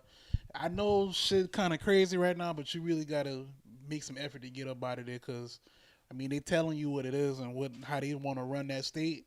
They've shown y'all basically how they been, doing y'all with your water system and shit like that. Like you said, it's 80% black there. They don't want y'all there. Shit nasty, bro. So give them what they want. Some nasty shit. But yeah, man, y'all just be careful, man. I'm worried about like black person getting pulled over. Yeah, that was my first getting thought. Like, killed. damn, like. They basically they gonna make that legal. Then go to court. So it's not only is it gonna be a sundown city, it'll be a sundown state. Yeah. Mississippi now. This don't apply to Jackson. Yeah, that's what I'm saying. It's for the entire Mississippi. Yeah. That's just crazy. Think about if the shit go to court. That's a dub. It might not even go to court. Slap on the wrist. Yeah. That's nasty. Might not even get that far. Oh, that happened? Saying, okay, cool, yeah. All right. Pack it up. We ain't got nothing. There's nothing else to address here. Because shit, if they investigating themselves, ain't nobody going to jail. Yeah, come on, man. What we doing? We see that all the time, and it's supposed to be illegal where they at. That's legal facts. now. Facts. So we got to get on. All I got to say about that is, man, y'all be safe down there, and if you can make provisions to get up out there, get the fuck up out of there, bro. Because they making up the shit as they go, as it appears, and it's really like. But this speaks to also, before I segue, Alabama, Mississippi, like if you haven't been down there, they still be on some. No, they be on that type time down there still, even in 2023. No, they on that. They on that shit out there. Like that shit wild to me, bro. That shit wild. Like there's no way I can move down there. But Deion Sanders, man, you got to get on Deion. Deion been on some bullshit lately. You got the first the GPA comments that he made. So I'm gonna go ahead. I'm gonna play the clip for that. You about to play it? Yeah. You know how you look for 2-parent household type. Oh, okay. I'm gonna play that clip first. That was sick.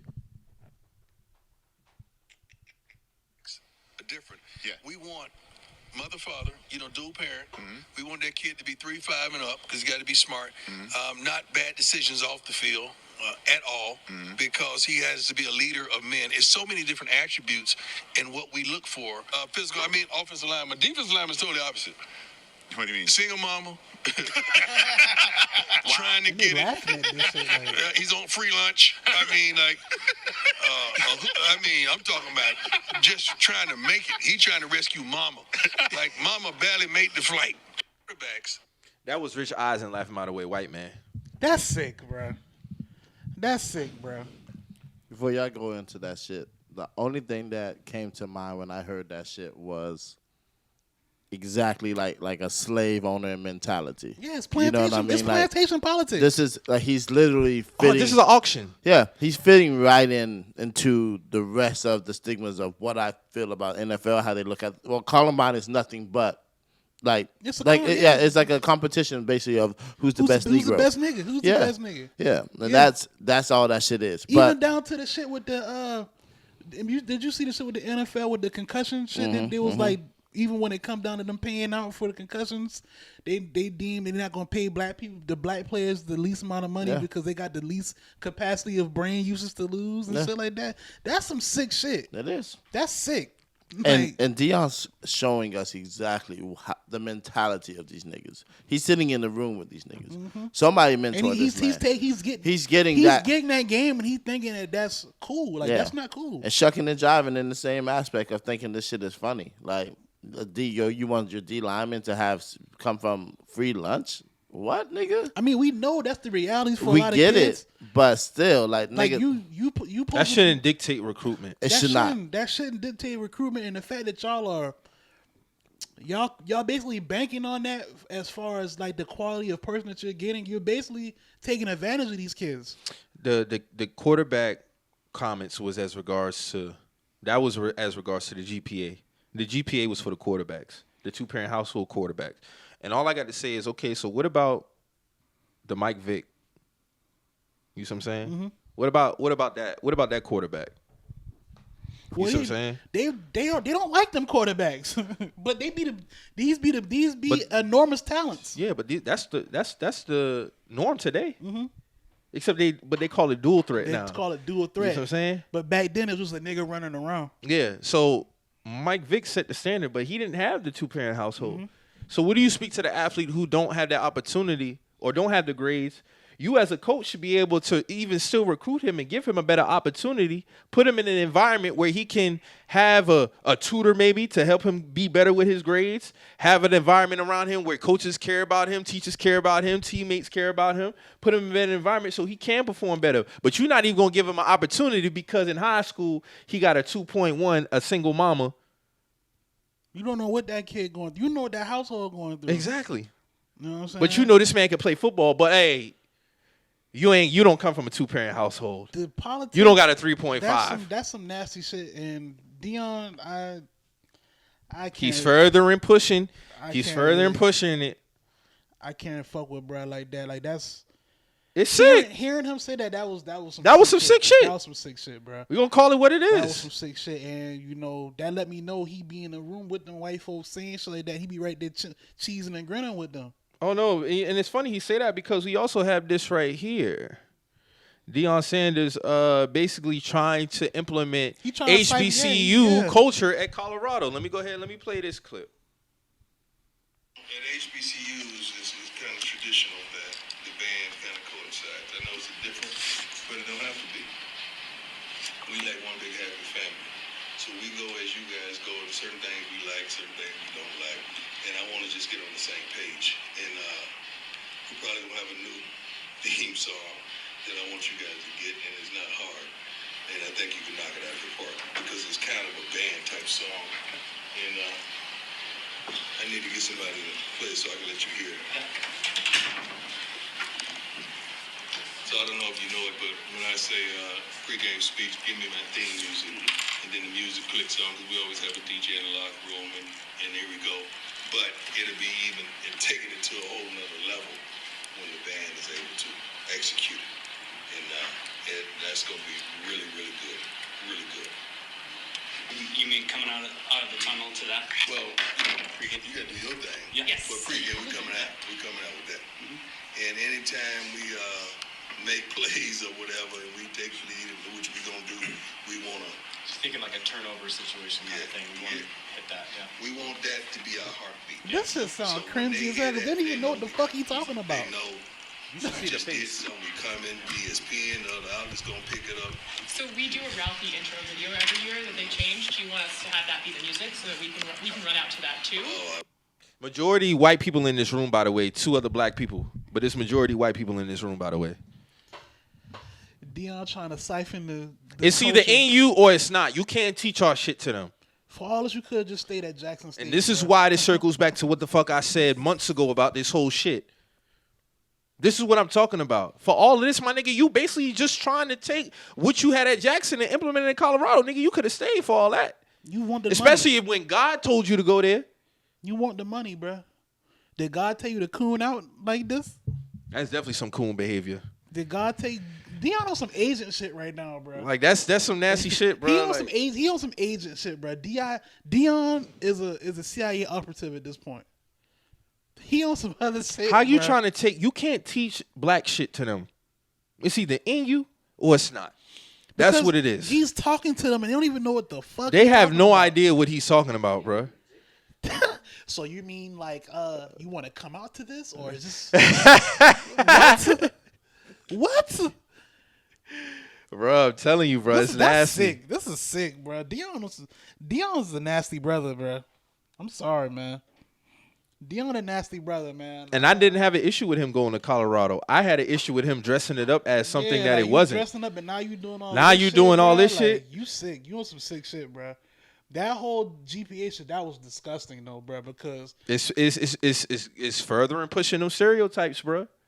Further pushing them stereotypes. Thing is, like, I'm listening to what he's saying. Like he want smart quarterbacks to be leaders of men, but nigga, you supposed to be the leader of these men. You know what I'm saying? You help them become that. You help them become that. Yeah. It don't matter where they come type from. Of household they come from. You're the leader of these men.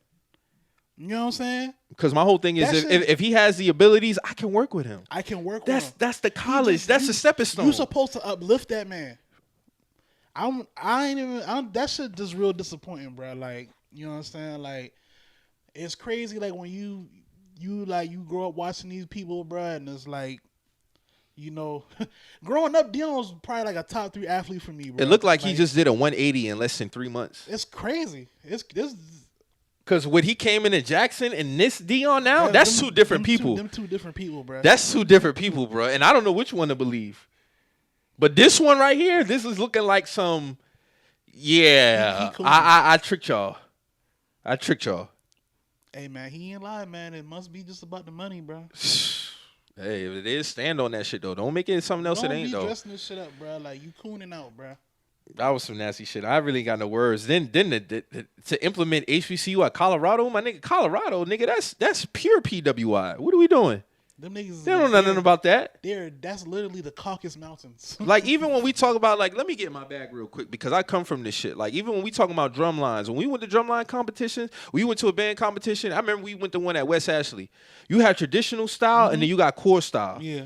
We're core style. As far as black HBCUs, like right. when you have the traditional style, they have. I'll even talk about how they carry snare drums. They have like a brace. Yeah. That's straight up. When you core, you have the strap. Yeah. And that should be at a certain way. Mm-hmm. So like we can. That's how you able to dance and move a certain type of way. I went to West Ashley, so I know for a fact you. They was traditional. You get what I'm saying? Like with Stall, we was course. Like that's how that shit is. And if I got my words mixed up, but y'all know what I'm talking about as far as the styles with drum lines and bands and how they move and all that shit. When it comes to it, when you think about drumline, you don't think about a white band. You think about a black HBCU band. For him to do that, like that's just disappointing, bro. Like you could have just stayed at Jackson for all this, bro. Like that's shit disappointing, bro. That shit wild, bro. Like, you can't teach that shit, bro. That type of plantation politics, though, bro. Like, and Rich Eyes is sitting there just eating that shit up. Eating that shit up, bro. Like, that's nasty. I thought he was with some other brothers when he was talking No, about that was Rich. The fact that he was with a white man and a white man, you know, just taking that, you know, because to me, I don't feel that wasn't funny. I don't feel he just laughing at what Deion saying. He also laughing at Deion. And you know what's so crazy? Because, you know, they say Drewski got a skit for everything. He got a skit for that. Oh, yeah. That's how they think, though. That's how they think, for real. That's how they be thinking. Like this one over here. When you get into sports politics, bro, it's a lot of layers to that shit, bro. I don't really like that shit, bro. Like, I really don't like sports politics when it comes to like these kids, bro, because they get scrutinized so heavily for shit they have no control over. Mm-hmm. Like, it's a shame. It's a shame, bro. It really is. That shit wild, man. Hey, I ain't got no more burn for Deion, man. However the shit play out, that's how it play out. That was some nasty shit, though. And, nigga, you should know that you can't teach no black shit to white people, man. You know better. That's the thing. Ain't like he young. You 58 years old. Yeah, what are we doing? He knows what's going on. So, I really didn't want to get to this too much burn, but we got to talk about it. So, John Morant, man, just seemed over the last couple of days been a windstorm of just multiple shit coming out. So, first, we had the incident with him and his mother at Foot Locker. His mother got into it, basically an argument with a Foot Locker employee. She then calls John Morant, who brings 9 niggas up there, tries to figure out what time he gets off. There was a police report made that, you know, the guy felt like, you know, he basically was fearing for his life because of the dudes that he brought up there.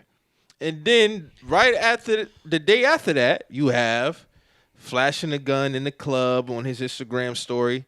Since then, John Morant has been suspended by the Memphis Grizzlies for 2 games. At least 2 games. At least 2 games until investigation is finished by the NBA.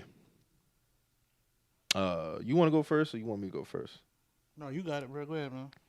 All I got to say about this John Morant shit is, man, I want to talk about him dropping 28 points in the third quarter versus the Lakers on Thursday. That's what I want to talk about. Mm-hmm. I want to talk about him leading the Memphis Grizzlies as a top 2 team in the West right now.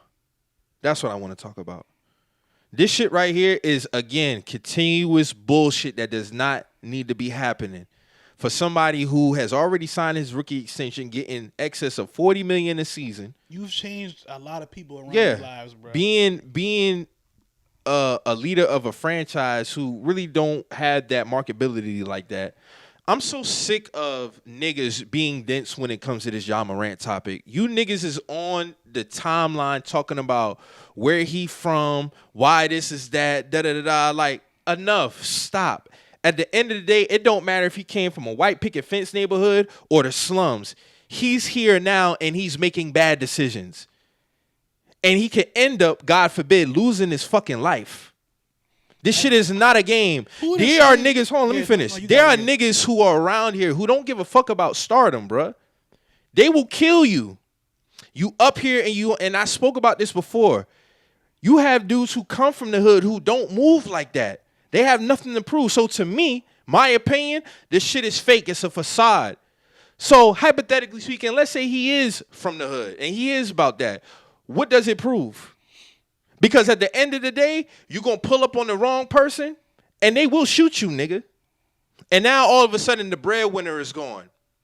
The 9 niggas that you rolled up with, they can't take care of your mama. They can't uphold the lifestyle that you already put your people accustomed to. It's dumb as fuck. It's stupid as fuck. You niggas on the timeline having these debates and writing essays about something South Carolina. Listen, it don't matter. Why is that? That don't even matter. You niggas, because niggas, you want to, like, I see this thing where people want to try to paint something as what, that's not the issue here. The issue is Ja Morant being a multimillionaire basketball player. I don't give a fuck about all that. Oh, well, he come from niggas want to argue about if he come from a 2-parent household or not. It don't matter. We just talked about he that. Here now. You see what I'm saying? It don't fucking matter. So at the end of the day, Ja Morant needs to do better. He needs to make better decisions. And T. Morant, I ain't in the household, but based off of what I seen, bruh, you need to reel that in. Because even looking at that Shannon Sharp, you was egging that situation on, bruh. So that kind of speaks to the narrative of people trying to want to have, okay, maybe you're not really inclined with Ja Morant like how you should be. There's nothing wrong with being that man, you know, being friends with your son, but you need to be his father first, bruh. It looked like he in the entourage, bro. That's what it looked like to me. Again, this is from my perspective. It looked like he's part of the entourage. I don't know their personal situation. I ain't trying to judge, but just looking like you said, bro, the lack of him being reeled in is just looking like he in the entourage. Like, T. Morant had Ja Morant basically, because I looked up his age. They say he was born around 78. Ja Morant was born 99. So he was 20, at least 19, 20 years old when he had Ja. To me, it seems like he's trying to relive some early college years that he missed out on. Man, do that from a distance, bro. That's what that shit looked like to me. Do that from a distance. You don't even need to. If you want to live your life, bro, go live, bro. But don't. When it come to managing your son, you need to do way better with that shit, because it's like, you know, who to say. For one, I'm gonna go back to the Foot Locker situation. Why the mama called Ja and not T? Am I missing something here? So you don't call the head figure. You call the breadwinner. So your son at that. So who to say this man pull up there with these 9 guys and the nigga that they trying to press be like, nigga, I don't give a fuck about that shit. Or he bring 9, that nigga call up 20 people. Like you said, bro, niggas don't give a we in a time when niggas don't give a fuck about a nigga stardom. They don't give a fuck about a nigga name. They don't give a fuck about a nigga name, bro. Hey, let me take it back to this. Even with Tupac, you think that nigga who he got who Tupac beat up on gave a fuck that he was Tupac? No, he circled back around and got that. That made him even want to do it even more. Exactly. So you niggas better stop playing and stop getting on here trying to act like it's wrong to have structure. No, he's on goofy time, bruh. You think he ain't the first and he ain't the last player to probably come from the hood that don't act like that. He's doing this age 23 shit, man. LeBron, my favorite basketball player all time. At age 23, this nigga was leading the Cavs to the finals at 23. No fuck ups, no nothing. So I don't really trying to. I don't want to bring other players into this shit, bro. No, but that's fair. Derrick Rose, prime example. Derrick Rose got drafted back to his hometown city. It's the easiest player him to fuck up in Chicago. The easiest player to fuck up in Chicago. What do he do? Youngest MVP ever. Never had no off-court incidents. Never had no off-court incidents until some recent years. But even that, he was in the clear. He was cleared from that. He was cleared at all wrongdoing. And that wasn't even street gun related. None of that. That had something to do with some other shit. Yeah. Some other shit. But and he got ties to that. That's the shit I'm talking about. He directly comes from that. From that shit. Yes. And I take I kind of know job people through a social job people like that too. But as far as Ja Morant right now making decisions that he need to make, as far as him being in the position he is to directly change his family's lives, he gotta do better, bruh. I'm not against Ja Morant having a gun, but nigga, you on Instagram showing guns and shit, bruh. You like that's some clown shit, bruh. And then also it came out that they was in Denver. So you brought a gun on the plane. Bro, my thing is that this, could bro. be an indefinite suspension. That's stupid as fuck. My thing is this, bro. Why? Like I would be looking at my favorite basketball players kind of strange if I go on Instagram and I see, because if I see LeBron James on Instagram flashing guns, I'm like, bro, this nigga's a clown, bro. Like that's clown shit. This nigga's on some clown. The rules don't change because it's Ja Morant. Let's be real here, bro. Like I want y'all to be who he can be on the court, because the sky's the limits for this brother, bro. But his decision making off, you know, it's not lining up with being an all-time great, man. And it's like this is how niggas crash out. If he bought that gun on that team plane, he deserves whatever punishment that comes to him. Cause you know better. You ain't a rookie, and you know that even before you sign your rookie deal. That is against the rules, bruh. So if he was to bring that gun on that team plane in Denver, he could see an indefinite suspension, bro. And it would be warranted. You cannot be that stupid, bro. And I'm going to say this, and I'm going to stand on it. The statement that he put out, you know, all in cool. You see what I'm saying? But I don't like how he tried to implement the stress thing in it. This is me, so I'm standing on this. Because at the end of the day, it just seems like, bro, you were just doing something, like you know better. Like, even when you was on the court sideline and your teammate shot a three-pointer, you did the little gun shooting thing action. You see what I'm saying? Like, that, like, it seemed like you knew what you was doing.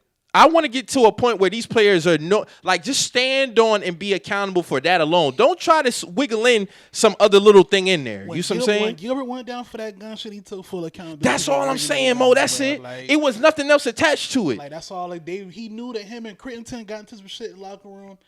Crittenton had the strap. He brought his straps too. The shit happened. Niggas took full accountability for them shit, bro. And at the same time, too, you know what? That's all good and well, but you gonna get this indefinite suspension. You still gotta take what come with that. We didn't see what Gil got suspended. This was 2010, that so was 2010. I don't think that was January 2010. Yeah, he didn't come back for a minute. He didn't come back to like what 2011, somewhere around there. Yeah, he wasn't even on the Wizards no more. I don't think so. But either way, he was held accountable, bro. I don't want to. I really ain't want to, like, that shit is just disappointing. As far as the 2-game suspension, he needed that. It's time to like bring it back in. Come down. I really and I wouldn't feel bad for him if he got a longer suspension. I promise you I wouldn't. I really want him to take whatever time he get. If he don't lose a lot, you know, I just want him to really take time and really, like, all he need to really do is reflect on what he can lose. He need to understand, like, what's at stake, because it's nothing else, bro. I'm not playing them other games, bro. It's nothing else. For us to have not only one superstar potential talent, but 2 potential superstars come out of South Carolina at the same time, that shit don't happen for us, bro. And like you said, I really want him to understand what's at stake. Mo, all this shit is a nigga feeling like you on top of the world and you can't tell him nothing. That's all this shit is. It's nothing else. He trying to live this young and turn life, and it's like, bro, like I like nobody can see me. I'm untouchable. I can do whatever the fuck I want to do. Okay, you definitely untouchable, and the fact that you decide to pull up to that mall with 9 people in a city that you're not even from, that's not your city, bro. You don't know who the fuck you really pulling up on. You don't know who you pulling up on, bruh. The fact that you just feel like you can just do shit like that, bruh, like, you need to be humbled, bruh. Because I'm going to tell you this, bruh. And I seen this shit. You could have easily put up to that mall that could have been the last time you pulled up to a mall. Facts. That's just a fact. That's just a fact. You don't know who you pulling up on. You don't know who that man could have called once he seen your mom calling people. Because I'm gonna tell you this: had he decided to call some people, he would be warranted. Right. He was in his right. Yeah. You know what I'm saying? Whether however we want to feel about it, due to our attachment to Ja Morant as being fans of his game and whatnot, he was in the right to defend himself. Just like how she decided to not call her the father, but you call my mama wouldn't even have put me in no position like that. Now, today, my mom wouldn't put me in no position like that. He really need to sit. Like, come on, man. He really need to sit and think about what's going on. You know what I'm saying? Why was he put in that situation? You don't have nobody else that you could have called? First of all, my mom would have probably called the police first, but she would have let me know what was going on. Clearly, she's not putting her multi-million-dollar son in jeopardy because of an argument. My mom know I move a mountain for her when it comes to some shit like that. But if it's some millions on the line, she not putting me in that situation. She not putting me in that situation, bro. And I'm not even trying to take away from her. Because a mother would do. Because even now, I'm pretty sure a mother would even think twice, depending on because they care about their son at the end of the day. Going on these days, your mother, mom's gonna let them know their son what's going on. But as far as like immediate action. Because then if your son died, then what? Nah, if there's some shit where me and my mom out together. That's different. That's completely different. That's different. But my mom not going to call me and be like, hey, this happened, blah, blah, blah, come handle this. That's not happening. No, she's not putting her son in harm's way. That's not happening. She know I pull up, but she's not going to do that. She's not going to do that because, especially if I lead the number 2 team in the West. I just like you said. I just signed I'm the Nike breadwinner deal. for the family. I'm the bread. I can change my whole family's situation trajectory. You don't have a cousin, like you said. She has a husband she could call T. Well, let's go ahead and establish that right off rip. You didn't call T. You called Ja first. What the fuck that speaks to her character, in my opinion. What the fuck is that? What is that? What the fuck is that? You can't call a father. You call a breadwinner son. When I first read that shit, I was like, man, this is some goofy shit. It's goofy. It's all around goofy. And these niggas on the TL talking about, oh, I don't care. If my mama called me, I don't care. Okay, it sound good, nigga. Your mama trying to set you up to crash out, bro. My mom ain't doing that shit, bro. Because when I go to jail, okay, now what? Because I'm supposed to be taking care of these people. So if I go to jail, who the fuck about to keep this boat floating? And I feel like Ja Morant has been getting warnings, bro. This is a clear one. So at this point, God only give you but so much. What you gonna do with it? You know what else? What God say? Before destruction comes warning. Facts. Before destruction comes warning. So I'm a fan of Ja Morant, man. I don't want nobody I see what they trying to do with this. They acting like he's a victim, Mo. He ain't no victim, man. I see it. They dressing up like he's a grown ass man making stupid decisions. That's it. When did this shit become so deep? That's what I want to know. It started with the family picture shit. That's where it started at. Like this shit, they making it like this nigga's a fucking victim. He's not a victim. He's just a nigga with money who feel like he bigger on top of the world and you can't tell him nothing. He's a rich nigga making poor decisions. That's all it is. That's all this shit is, bro. And then Nike's statement, okay, this what we doing? That's what I said earlier. This nigga's a victim now? It's funny what niggas stand behind, what niggas want to, and I'm not saying he should lose his Nike deal. What I'm saying is it's funny to me what y'all want to support and what y'all want to, what y'all deem unacceptable. First of all, why are they making a statement about this? This ain't nothing to make a statement about. It was nothing to make a statement about. He got some shit going on. Y'all could have kept that, it is what it is. This shit is wild, bro. That's why, like you said earlier, bro, there's no real morals when it comes to business, bro, on that level, bro. Like, just to see all the takes on this shit, bro, like to see the essays niggas have been writing, it's really comedy. Yeah, it is. Oh, like y'all niggas like Ja Morant. That's what I think it is.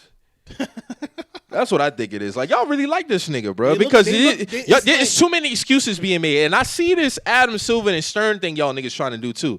It's not even about, like, for me, when it comes to David Stern, I like how he ran the league. I don't know that man personally. Mm-hmm. So at the end, niggas like to leave shit out, right? So I seen niggas talking about, Gilbert Arenas was doing this. Such and such was doing that. Tell the whole story, nigga. Stern. Tell the whole story. What happened? Stern came down.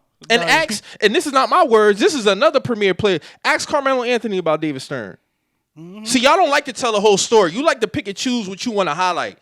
Ask Carmelo Anthony about David Stern. He had structure in the league. That's what it is. That's what it is. It ain't about liking David Stern or being on some old, y'all on some old, massive. No, that's not what it is. The man has structure within the league. That's what it was. I don't give a fuck about David Stern. But when certain shit went down, we can point to. You gotta clean this shit up. Dog, listen. Malice in the Palace. What happened? The Pacers had their best team in years. And that was a championship caliber. That was a championship. And what happened? That shit was cooked. He had to set a fucking standard. That's what it is. But for y'all niggas to try to make it on some weirdo type shit, that's lazy. And it's a lack of accountability, bro. That's all that shit is. So if y'all want to prop up Adam Silver, again, go ahead. Because y'all niggas want to be on this whole player, do whatever the fuck you want to do. Well, when players do whatever the fuck they want to do, this is what you get. We got this. This is what the fuck you get. It's clown shit. I support player empowerment when it comes to them, choosing their team and shit like that. But all of this outside of the game shit, because I don't watch basketball for this. I don't watch basketball for this other shit like niggas crashing out and shit like this. This is crashing out behavior, Mo. Behavior, like I don't. And niggas is championing this dumb shit. Nah, I ain't with this right here. Jaw disappointed. It's me, goofy as fuck. You think he the first? He ain't gonna be he ain't the first. He won't be the last player to possibly come from that. And I don't even care about that. I don't give a damn if he came from the suburbs or he came from the slums. Right now, he's making bad decisions and he's fucking up his future. That's what he's doing. So y'all can sit up there and have all them little petty ass debates about who this come from. It don't fucking matter. He's here now. And he's fucking up his opportunities. So he better reel it in because after this, he probably won't get no more warnings. Oh, no, that's it. This is it. If he come out of this shit and he's able to, continue out this season, God bless, this is it. This is it right here. You gotta think, in the last 4 months, it's been always something with this nigga. It's always been something. But I want to talk about you balling, nigga. Like you've been killing on the court. You're one of the best players in the league. 28 points in the third quarter, balling. But hey, it just seemed like all this shit is falling down on the Grizzlies, and you think they're not thinking about this? Dylan Brooks suspended. Just lost Clark for the season. Clark just tore his Achilles. Bane is decent, but he ain't been shooting his best. Hey, tighten up. Because at the end of the day, the Grizzlies have a bottom line. And it's to fill the seats and try to get a championship. They got a window. So you better stop playing, nigga. Stop playing. Because like you said, you could pull up to the mall one day and that's going to be the last time you pull up to the mall. You could pull up to a club one day and that's going to be the last time you pull up to a club. When I read that mall shit, that shit disappointed me, bro. On all levels, bro. The mom, him, everybody. I hold the mom more accountable than that. If I was one of them 9 niggas, Ja wasn't going to that mall, bro. Another thing, the people you have around you, bro. Because if they was your niggas, they would even have allowed you to go up there. Just like the Mike Vick shit. If Mike Vick was my cousin, that nigga wasn't going to jail. Not for that, no. If Ja my people, bro, you not getting that car to go to that mall, bro. I know that's your mom calling you, but we gonna call your pops. We gonna figure this out a different way. You understand? We're not gonna do that like that because the situation that everybody in do to you, that don't happen to everybody. It just don't. You know what I'm saying? So you gotta realize what's at stake, bro. Like it's just like this is that shit frustrating. Niggas crashing bro. out over the dumbest that shit. Then we used to like, damn, bro. Like I had all this. Like you have the and world, now I'm you here. got the world at your hands, but you. And niggas got to be more in control of themselves, Mo. I think that really speaks to as you get older, being more control of your emotions and your actions. You can't let another nigga dictate your actions or try to prove yourself to somebody. Especially if but you know who it is, the niggas who champion that? Niggas who ain't got shit. That's what I noticed. The niggas who be champion that bullshit, it be the niggas who ain't got nothing. Y'all niggas is losers. It only be the niggas who got nothing who want to champion this dumb shit. Out, y'all don't got nothing for them. Y'all don't got nothing for them. But they just sit on Twitter and kiki laugh about the shit. Y'all niggas ain't got nothing going for yourselves. That's why you champion that dumb shit. It only be them niggas. It only be the niggas who be building up that dumb shit, bruh. But you ain't gonna take care of his mama. That's what I'm saying. Like y'all can't keep that the lifestyle that he has got his family accustomed to. None of these niggas on a TL going support that or that's what I can't, man. I can't. Ja just gotta when all this come down to Ja gotta do better, bro. He just gotta do better, man. But better, man. outside of that, it's been some good basketball being played lately. Dame dropped 71. Salute to Dame for dropping 71. Great game. Well, how you feel about the discourse that came from Dame dropping 71? Because it's been a lot of well, this don't matter. He still ain't doing shit. It's been a lot of people chatting. No, that matters. Like that goes back to you what. Just don't drop 71. Bro. No, like, you don't do that. It's been a lot of complaining about the scoring in the league. I feel like that's nitpicking. The way the game is played. Like my only beef with Adam Silver really is how he conducts the league as far as the shit that he be doing. Right. Like the shit be stupid. But as far as the players scoring these high, I don't care about that. Because to me, 50 is 50. 60 is 60, 40 is 40, 70 is 70. I said that when Booker gave us, I said that's 70. He lost, but that's still 70, bro. Yo, like, Jordan dropped 69 in a playoff game and lost. 63 and lost. I mean, that's still monumental. So at the end of the day, like, I don't want to get into this point where we're discounting certain performances. Like me and my boys having a conversation. Talking about, dog, you remember when niggas used to drop like 38 and that used to be like big? Now niggas look at 40 and 50 like the 38, and that's not what that is to me. Yeah. Like that still should be recognized. I don't feel like people understand because it's hard as fuck to do, some of the players be saying like, it's easy to score in the league and okay. And shit too, and it's like, not for nothing, that man can probably say that because he's in the league, but a nigga like me, it's hard as fuck to score in the league, bruh. I'm not going to discount a nigga dropping 71 points, bro. I'm not discounting a nigga dropping 40. I don't care who he.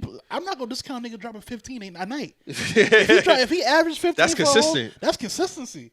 I'm not discounting that. So if somebody drops 70 points, I'm not going to use that as a moment to nitpick at his career as an overall. No, hell no. I'm not going to do that with Dame. You know what I'm saying? Like no. I feel like that's kind of corny. Like to me, that don't got nothing to do with his career. That don't got nothing to do with his career. Like he dropped 71 last night, my nigga. Like that don't take away from his legacy as a player. That was 29 points away from 100. Like, what I will agree with Dame on is the discourse about the championship mattering to a player's legacy. Yeah. You know how I've always felt about that. I don't got to reiterate that point again. If you're a new listener, I'll do it. To me, having a ring just makes your career. It puts a icing on the cake. We playing for something. It don't make or break you. We are playing for something at the end of the day. Now. Yeah. But if you going out there and you trying your best and you lose, my nigga, somebody got to lose. It's how you go out. It's how you go out. So with Dame, like, no, for me, no. Have I had my moments where I felt like Dame is not held to a certain standard? Like, yes. But as far as that discourse, no, I'm not gonna hold that against Dame. No, 71 is 71. He's had a great career. And he's one of the greatest shooters. Like, people don't even know, bro. He's about to pass Kyle Korver very soon. He's 6 all-time in three-pointers. I think when it's all said and done, Steph, Harden, and Dame going to be top 3. Threes? Yes. Yeah. I wouldn't argue that. Because Harden's going to pass Ray. He's gonna pass Ray Allen. And then I think Dame will be right there. Those are going to be the top 3. I don't think nobody will pass Steph, though. Nah.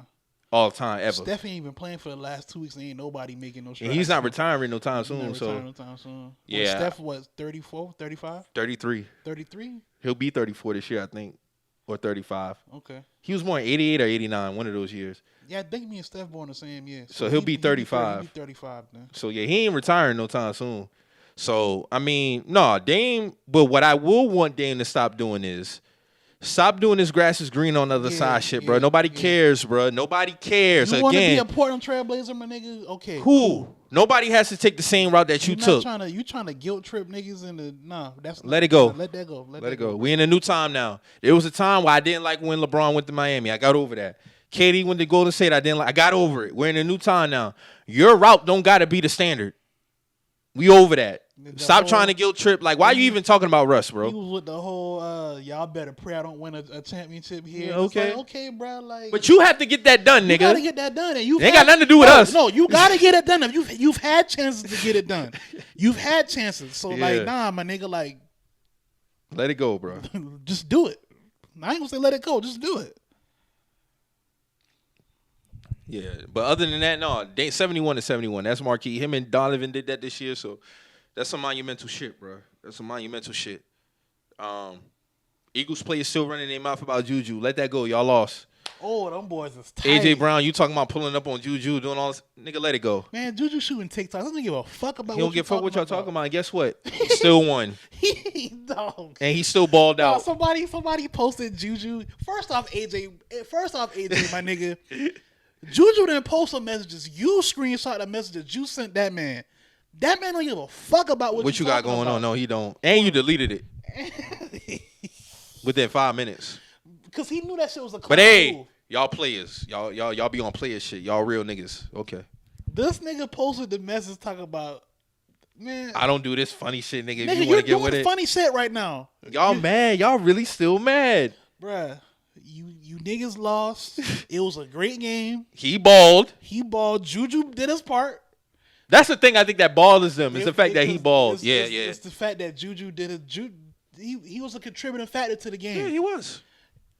No matter what you say about him prior to that, when he was on the biggest stage, he balled. None of that other shit matters. I hate that. Yeah.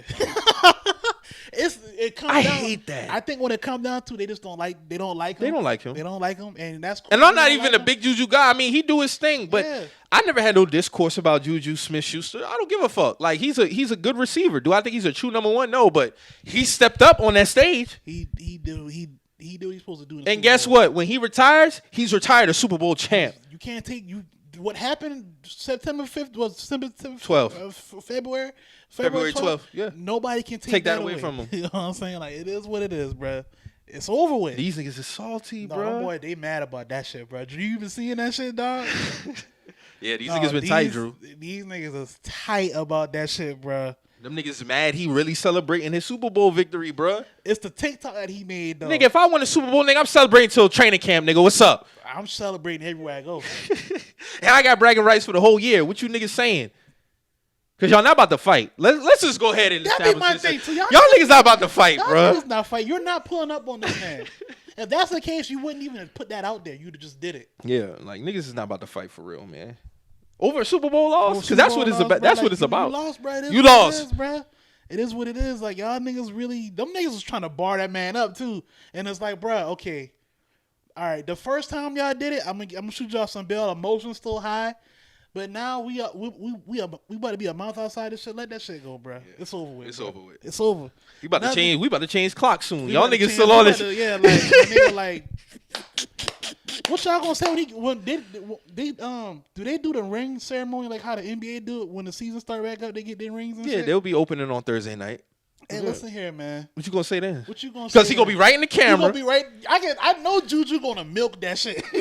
They drop the banner. That's what they do. They drop the banner. Juju gonna get that ring. He gonna.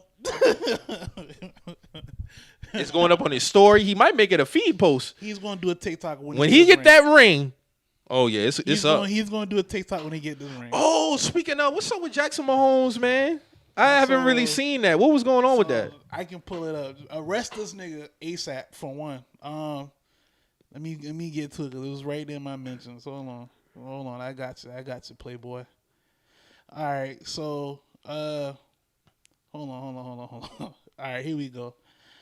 Jackson Mahomes, he forcibly kissed a club owner repeatedly. Like, it's on camera too. She had a camera in her office. He walks up on her, grabs her by the neck, and is kissing her. She filed police report or whatnot. TMZ got the footage and shit, and it's out there. Arrest this nigga, man. That's another dude that need he need to come down too. He need to come down too. Cause you're not Patrick, my nigga. You're just a brother. You're like brother. Relax. Like I know plenty like brothers who got brothers in NFL and they don't even want to be seen. Like my nigga, you need to be held accountable for this. That shit was cringy as fuck watching that shit, bro. Like you can tell, like she didn't ask you for no kiss, nigga. You walked up on her and you basically got her in a chokehold kissing her. Mm-hmm. Yeah, that shit was nasty. That shit nasty. Arrest this nigga and hold him fully accountable. Yeah, for sure. You're not. Yeah, these niggas is doing too much, man. Hey, I'm not against regulations and laws and structure when it comes to certain shit. These niggas need to get in line, bro. Real shit. Niggas make it seem like it's wrong to have rules. When you don't have rules, niggas just do whatever the fuck they want to do. Especially with shit like this, like you violating a female, bro. Like, nah, nigga, like, nah, you need to be held accountable, bro. Yeah. You want some weirdo shit, nigga. Like, you already had a weirdo type bravado around. He did. You. He was already now weird. You doing this shit, nigga? Nah, nigga. Like, something wrong. Like, something's going on. Go sit down, nigga. Go sit down. Like, you need to get yourself together. And the fact is, like, you know, like, this is the thing, like, you have a name attached to you now. You're Mahomes. You know what I'm saying? You've been had one with your pops. Your pops is a professional athlete. So yeah. Now your brother is ascended to greatness. How that make your family look, nigga? Like you gotta think like you. Come on, man. You represent the name the wrong way. And I'm pretty sure your mom and your dad ain't raised you like that. Nah, they ain't. Nah, hell no. Hell, I can tell this from looking at the pops. Like, he ain't on that type of time. Yeah, he ain't on that type of time. So and how Patrick carry himself, he don't carry himself like that. So what happened from Pat to feeling you? like he a big dog? Nigga, you're not on the field. Yeah, you're not. It beat them niggas though, Mo. It beat them niggas. He got me. You remember the homeboy off Ballers, the HBO show with The Rock? So you remember the homeboy who was always fucking around with the contract negotiations? Oh yeah. Like for the D lineman. Yeah, And I was like, dog, this nigga won't shut the fuck up. Like, you don't run nothing. Right, you have nothing to like this. I know Rock, the character Rock played. Like, I know he wanted to put hands and feet on that boy. He always was inserting himself. No, we not doing this. Nah, he ain't doing that. And then he finally had to humble himself and apologize for, yeah, bro, like, relax, nigga. We? You don't go out there and get no sacks, nigga. Y'all better reel y'all homeboys in, man. Reel your family members in if they on that bullshit. It need to be a balance. It gotta be a balance. Homeboys need to reel a star in sometimes. And the star need to reel a homeboy in sometimes. Yeah. It's a balance, bro. I really didn't like the fact that them 9 niggas allowed y'all to go up there, bro. That was 9 people who are just yes men. Because honestly, it didn't even have to be on no violence. If I was John Morant homeboy, I'd be like, hey, bro, listen. Me and Mo will go up there, assess the situation. I'm not letting you chill out, bro. Car, yeah. I'm not letting you get in this car. I don't care how you feel about me. You can cut me off after this, bro. Yeah. You're not going up there. Car, yeah. Bro. You're not getting in this We'll car, go up bro. there, assess the situation, and let you know how it's going you down. You go up there, shit happen to you. How the fuck I'm asleep, bro? Like, that shit ain't allowing you to go up there. When I read that shit, I was like, bro, like, so because that shit could have went bad, bro. So 9 niggas really allowed this? First off, the mom called. Then 9 niggas really was like, oh yeah, we're gonna go to the mall. Let's huddle up. Yeah, like, nah, bro. But Ja, he took himself, holding himself accountable. But like, I'm not really adding no extras to that. You was just doing some dumb shit, and that's where it need to be at. He just got to tighten up, man. He got to tighten up. I wish the best for bro, honestly. Like, I don't want him to He's a phenomenal player. He can be an all-time great. Like I say, bro, like all-time great. For how the 2019 draft went. And he's been having a great year. Yeah. For South Carolina to get 2 potential all-times to come out the same, like, that shit don't happen, bro. Like, y'all just got to understand what's at stake and just, continue to manage y'all greatness, man. Yeah, That's all I want, man. That's all I want. Do better, man. So, yeah, man, we got anything else before we get up out of here, man? Nah, man, I'm Gucci, man. Oh, before we get out of here, man, this happened a week and a half ago, man. I want to say rest in peace to my dog, DJ Rucker, man. He passed away last week. R.I.P. He was a big figure around here when it comes to the sneaker community. He also was a music artist as well. He passed away. I think he was a couple years older than me. I just want to say rest in peace to him. And, God bless his family and his daughter and whatnot. So, Yeah, man. Shout out to the whole Rucker family. Yeah, the whole Rucker family. That's Darius Rucker's nephew. Oh, so they're related. That's his nephew. So, blessings up to the little DJ, man, for real, man. That shit was West Ashley legend. West Ashley legend. We landed in New York. Well, I landed in New York, and I was like, I saw this nigga Kenya. He posted because them niggas used to run together and shit. And I saw him like post. I don't know, like some new music was coming out or some shit. Like the last time I talked to DJ, the nigga was like talking about music shit. Didn't think the nigga was gone. You know what I'm saying? And I try to stay focused on what was in front of me. But yeah, man. All in all, to his cousin Peanut, all them boys, man. Bless up. Bless up, man. Much love to y'all, man. Rest in peace to DJ, man. For sure. Man. So, like we say every episode on here, man, you feeling some type of way, you hear something and want to argue with us, man, always remember. We're just some messages. We out.